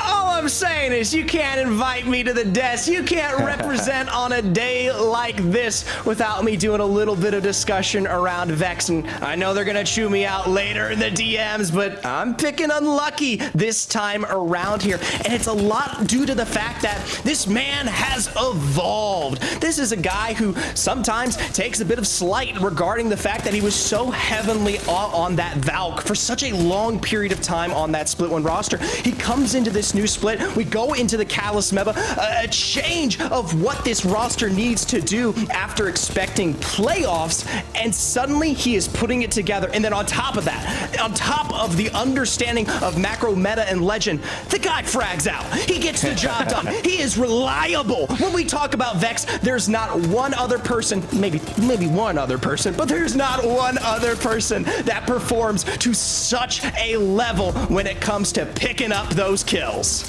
Well, you could say that, and I think you'd be right about it. The one thing you caught yourself on, though, there's not one other person. I don't know. I got to say, there might just be one other person who's fragging just as hard. We know what Matafe does for this squad. We might even have a chance to hear a little bit about it later, but I got to put the focus on Tyler FPS, first-person shooter. It's in the name. Kind of like an EA, it's in the game. And in the gameplay that Tyler FPS brings to the table, it is always top-notch. Whether he's on the Valkyrie, on World's Edge, aggressing, getting involved, finishing off these kills, and playing huge rotation ownership for his team, or whether it's switching things over to Stormpoint and rocking the Bangalore, which I have started to love. And I think in terms of my lineup, the Catalyst, the Bangalore, I really appreciate those two together alongside Seer, maybe more so than the Valkyrie in general. Tyler FPS taking that bit of responsibility to be the clutch man, to be the player that he needs to be, hailing from the UK. Young Tyler Wood showing that he's got a huge career here in the ALGS. 3rd place overall in EMEA in the Split 1 Pro League. And now we'll see if they can get even better. Certainly starting off with a 1st place is exactly what Tyler and the boys would have hoped for. What a great time. That has been amazing day of EMEA in match day number 2. And those have been your Monster Energy MVPs. Well, I mean, I'm just a huge fan of what we have seen today. We saw drama, we saw final circles, we saw unexpected teams rising to the top. But at the end of the day, this was kind of predictable. We knew you were coming on broadcast, Zephyr, so we kind of knew that, you know, Vex had to win. You said they don't lose. They didn't lose. I mean, I think I need to chug a monster just because of that, because I feel like I lost a bet there. But somehow, we have probably somebody who believed in their ability to win from the very beginning. You know him, you love him. He's one of the biggest content creators and has been one of the biggest names in EMEA ALGS esports forever. It should be Matafe joining us here for our interview. Matafe, you there with us, brother? Congratulations on the dub. And how does it feel going into match day number 2, getting that win in what is turned out to be a very, contested lobby? Yeah, it feels amazing. I think the rest of the lobby feels a little bit vexed, but yeah, we managed to close it out. Wow. Wow, I love that too. Just a quick question in terms of what your guys' adjustments have been heading into this meta. Obviously, you've gotten to play both of these match days, and you've been able to kind of see a little bit about, where has this landed us. So, what in your eyes is this meta right now, and how are you guys tackling the changes of Season 16? Well, we had a little bit of a reality check on LAN in terms of you need more than just pure firepower to actually have consistency to progress in rounds. Whereas EU, it's way easier to play pure edge than it is on LAN. So we decided to switch our approach to a more consistent playstyle. So now on Stormpoint, we're playing zone, and on World's Edge, we change POIs to Siphon, so we get really good loot, and then we're just playing depending on how the zone is. Yeah, I was really curious about the way that you had transitioned in between the maps, because you're also running a very different sort of, not just style of play, but style of composition, and getting quite aggressive with it, even in those end games. How do you navigate as a zone team, knowing when you can get aggressive on Stormpoint? Basically, we're trying to get the best spot we can. And from there, we are as aggressive as we always used to be on edge. We just adjusted it and moved it to the end zone. So it happens very often that we end up controlling more than half the map in zone 5 and just keep swinging and cleaning up the lobby.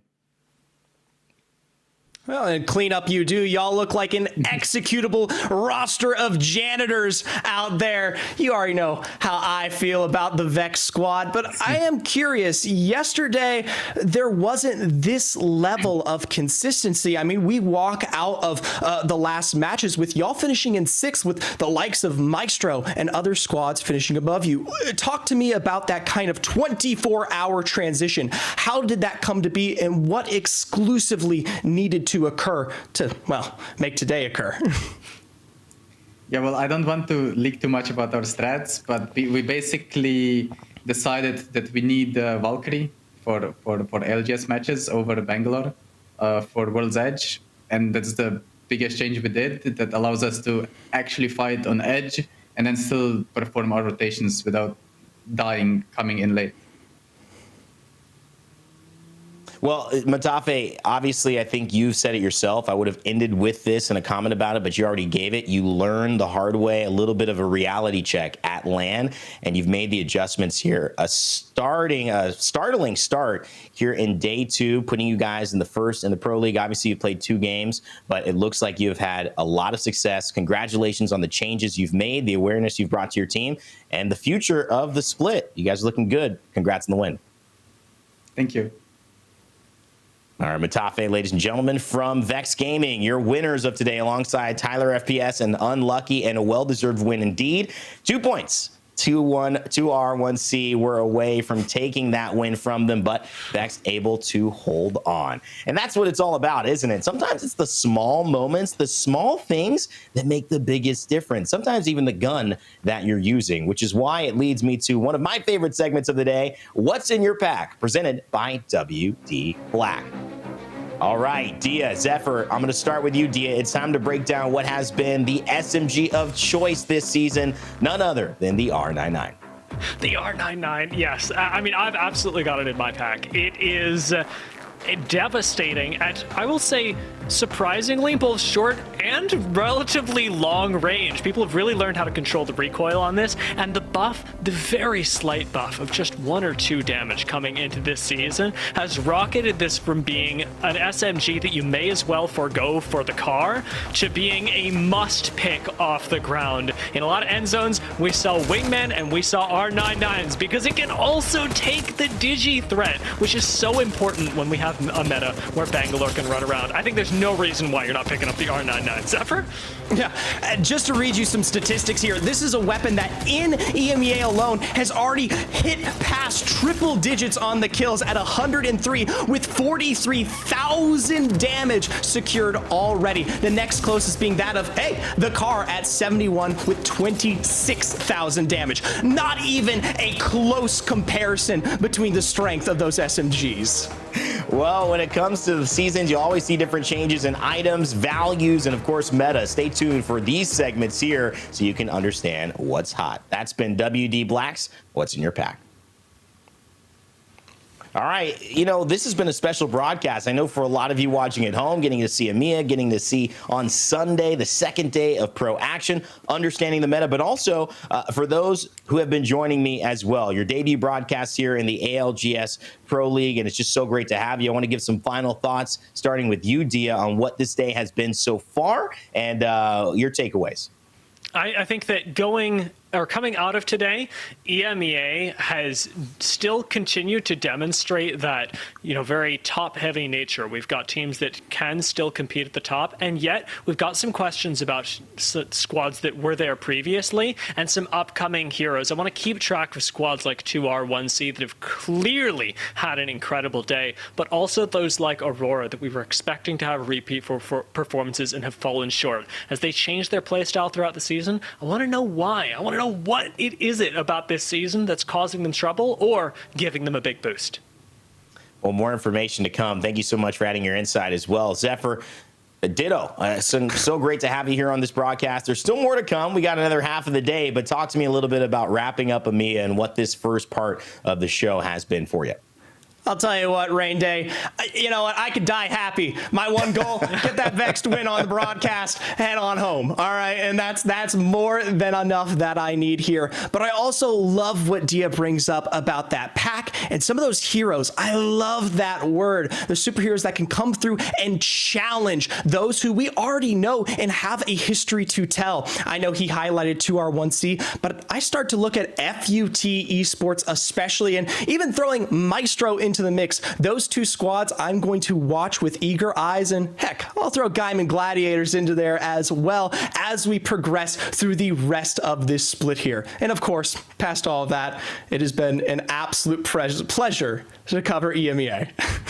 Great stuff, guys. I'm going to bid you adieu for now. We'll see you a little bit later in the second broadcast of the afternoon. But thanks so much for your contributions today. Zephyr and Dia, they'll be back with us. Well, right here, but just in a few hours for North America, because that's right. We're only halfway through at 4 p.m. Pacific time, 7 p.m. Eastern time. We are going to see the best of the best battle. And when I say the best, it might just be this man right here, Yanya, looking better than I have ever seen him. Jaguares, Sneasel, and the rest of Luminosity gearing up for their first time to take on their competition in North America. And for the second time, we'll see TSM go at it. Will they have a better performance? I believe this was one that yesterday they'll be looking to get over very quickly. A win would certainly do that, but they'll have to do it against the likes of XSets, who have been waiting patiently. We talked to Nocturnal yesterday. I think they'll be prepared for whatever they have to throw at them, alongside the likes of FaZe, Tripods, Furia, Oxygen Esports, and more. So much to looking forward to. 4 p.m. Pacific time is when you can find that action beginning right here on twitch.tv/playapex. And make sure to follow @PlayApex Esports on Twitter and @PlayApex Esports on YouTube for all of the updates on times, player information, and what's to come and where we're going in terms of the ALGS match days. All right, guys, it has been phenomenal. Thank you to everyone who's been watching in the chat. Thanks to all of our production, everyone on the talent team, Zephyr and Dia. Great first broadcast as well. We look forward to seeing all of you back for North America in just a little bit. I've been Rain Day, and as always, never give up, never stop gaming. We'll see you all for North America.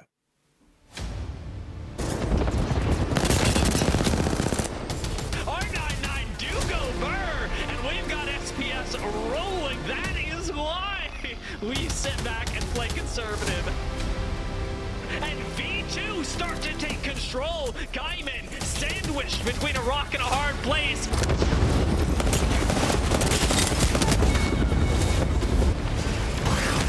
They emerge from behind the catwall, fully healed, and Game of Drones! There's so much damage! 1 HP! Oh my god. He promised he'd make something happen.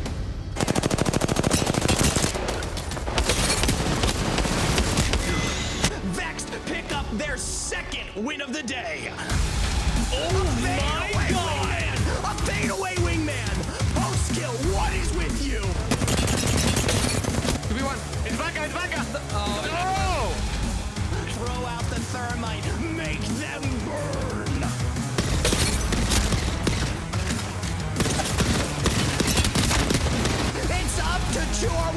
with their full health to pick up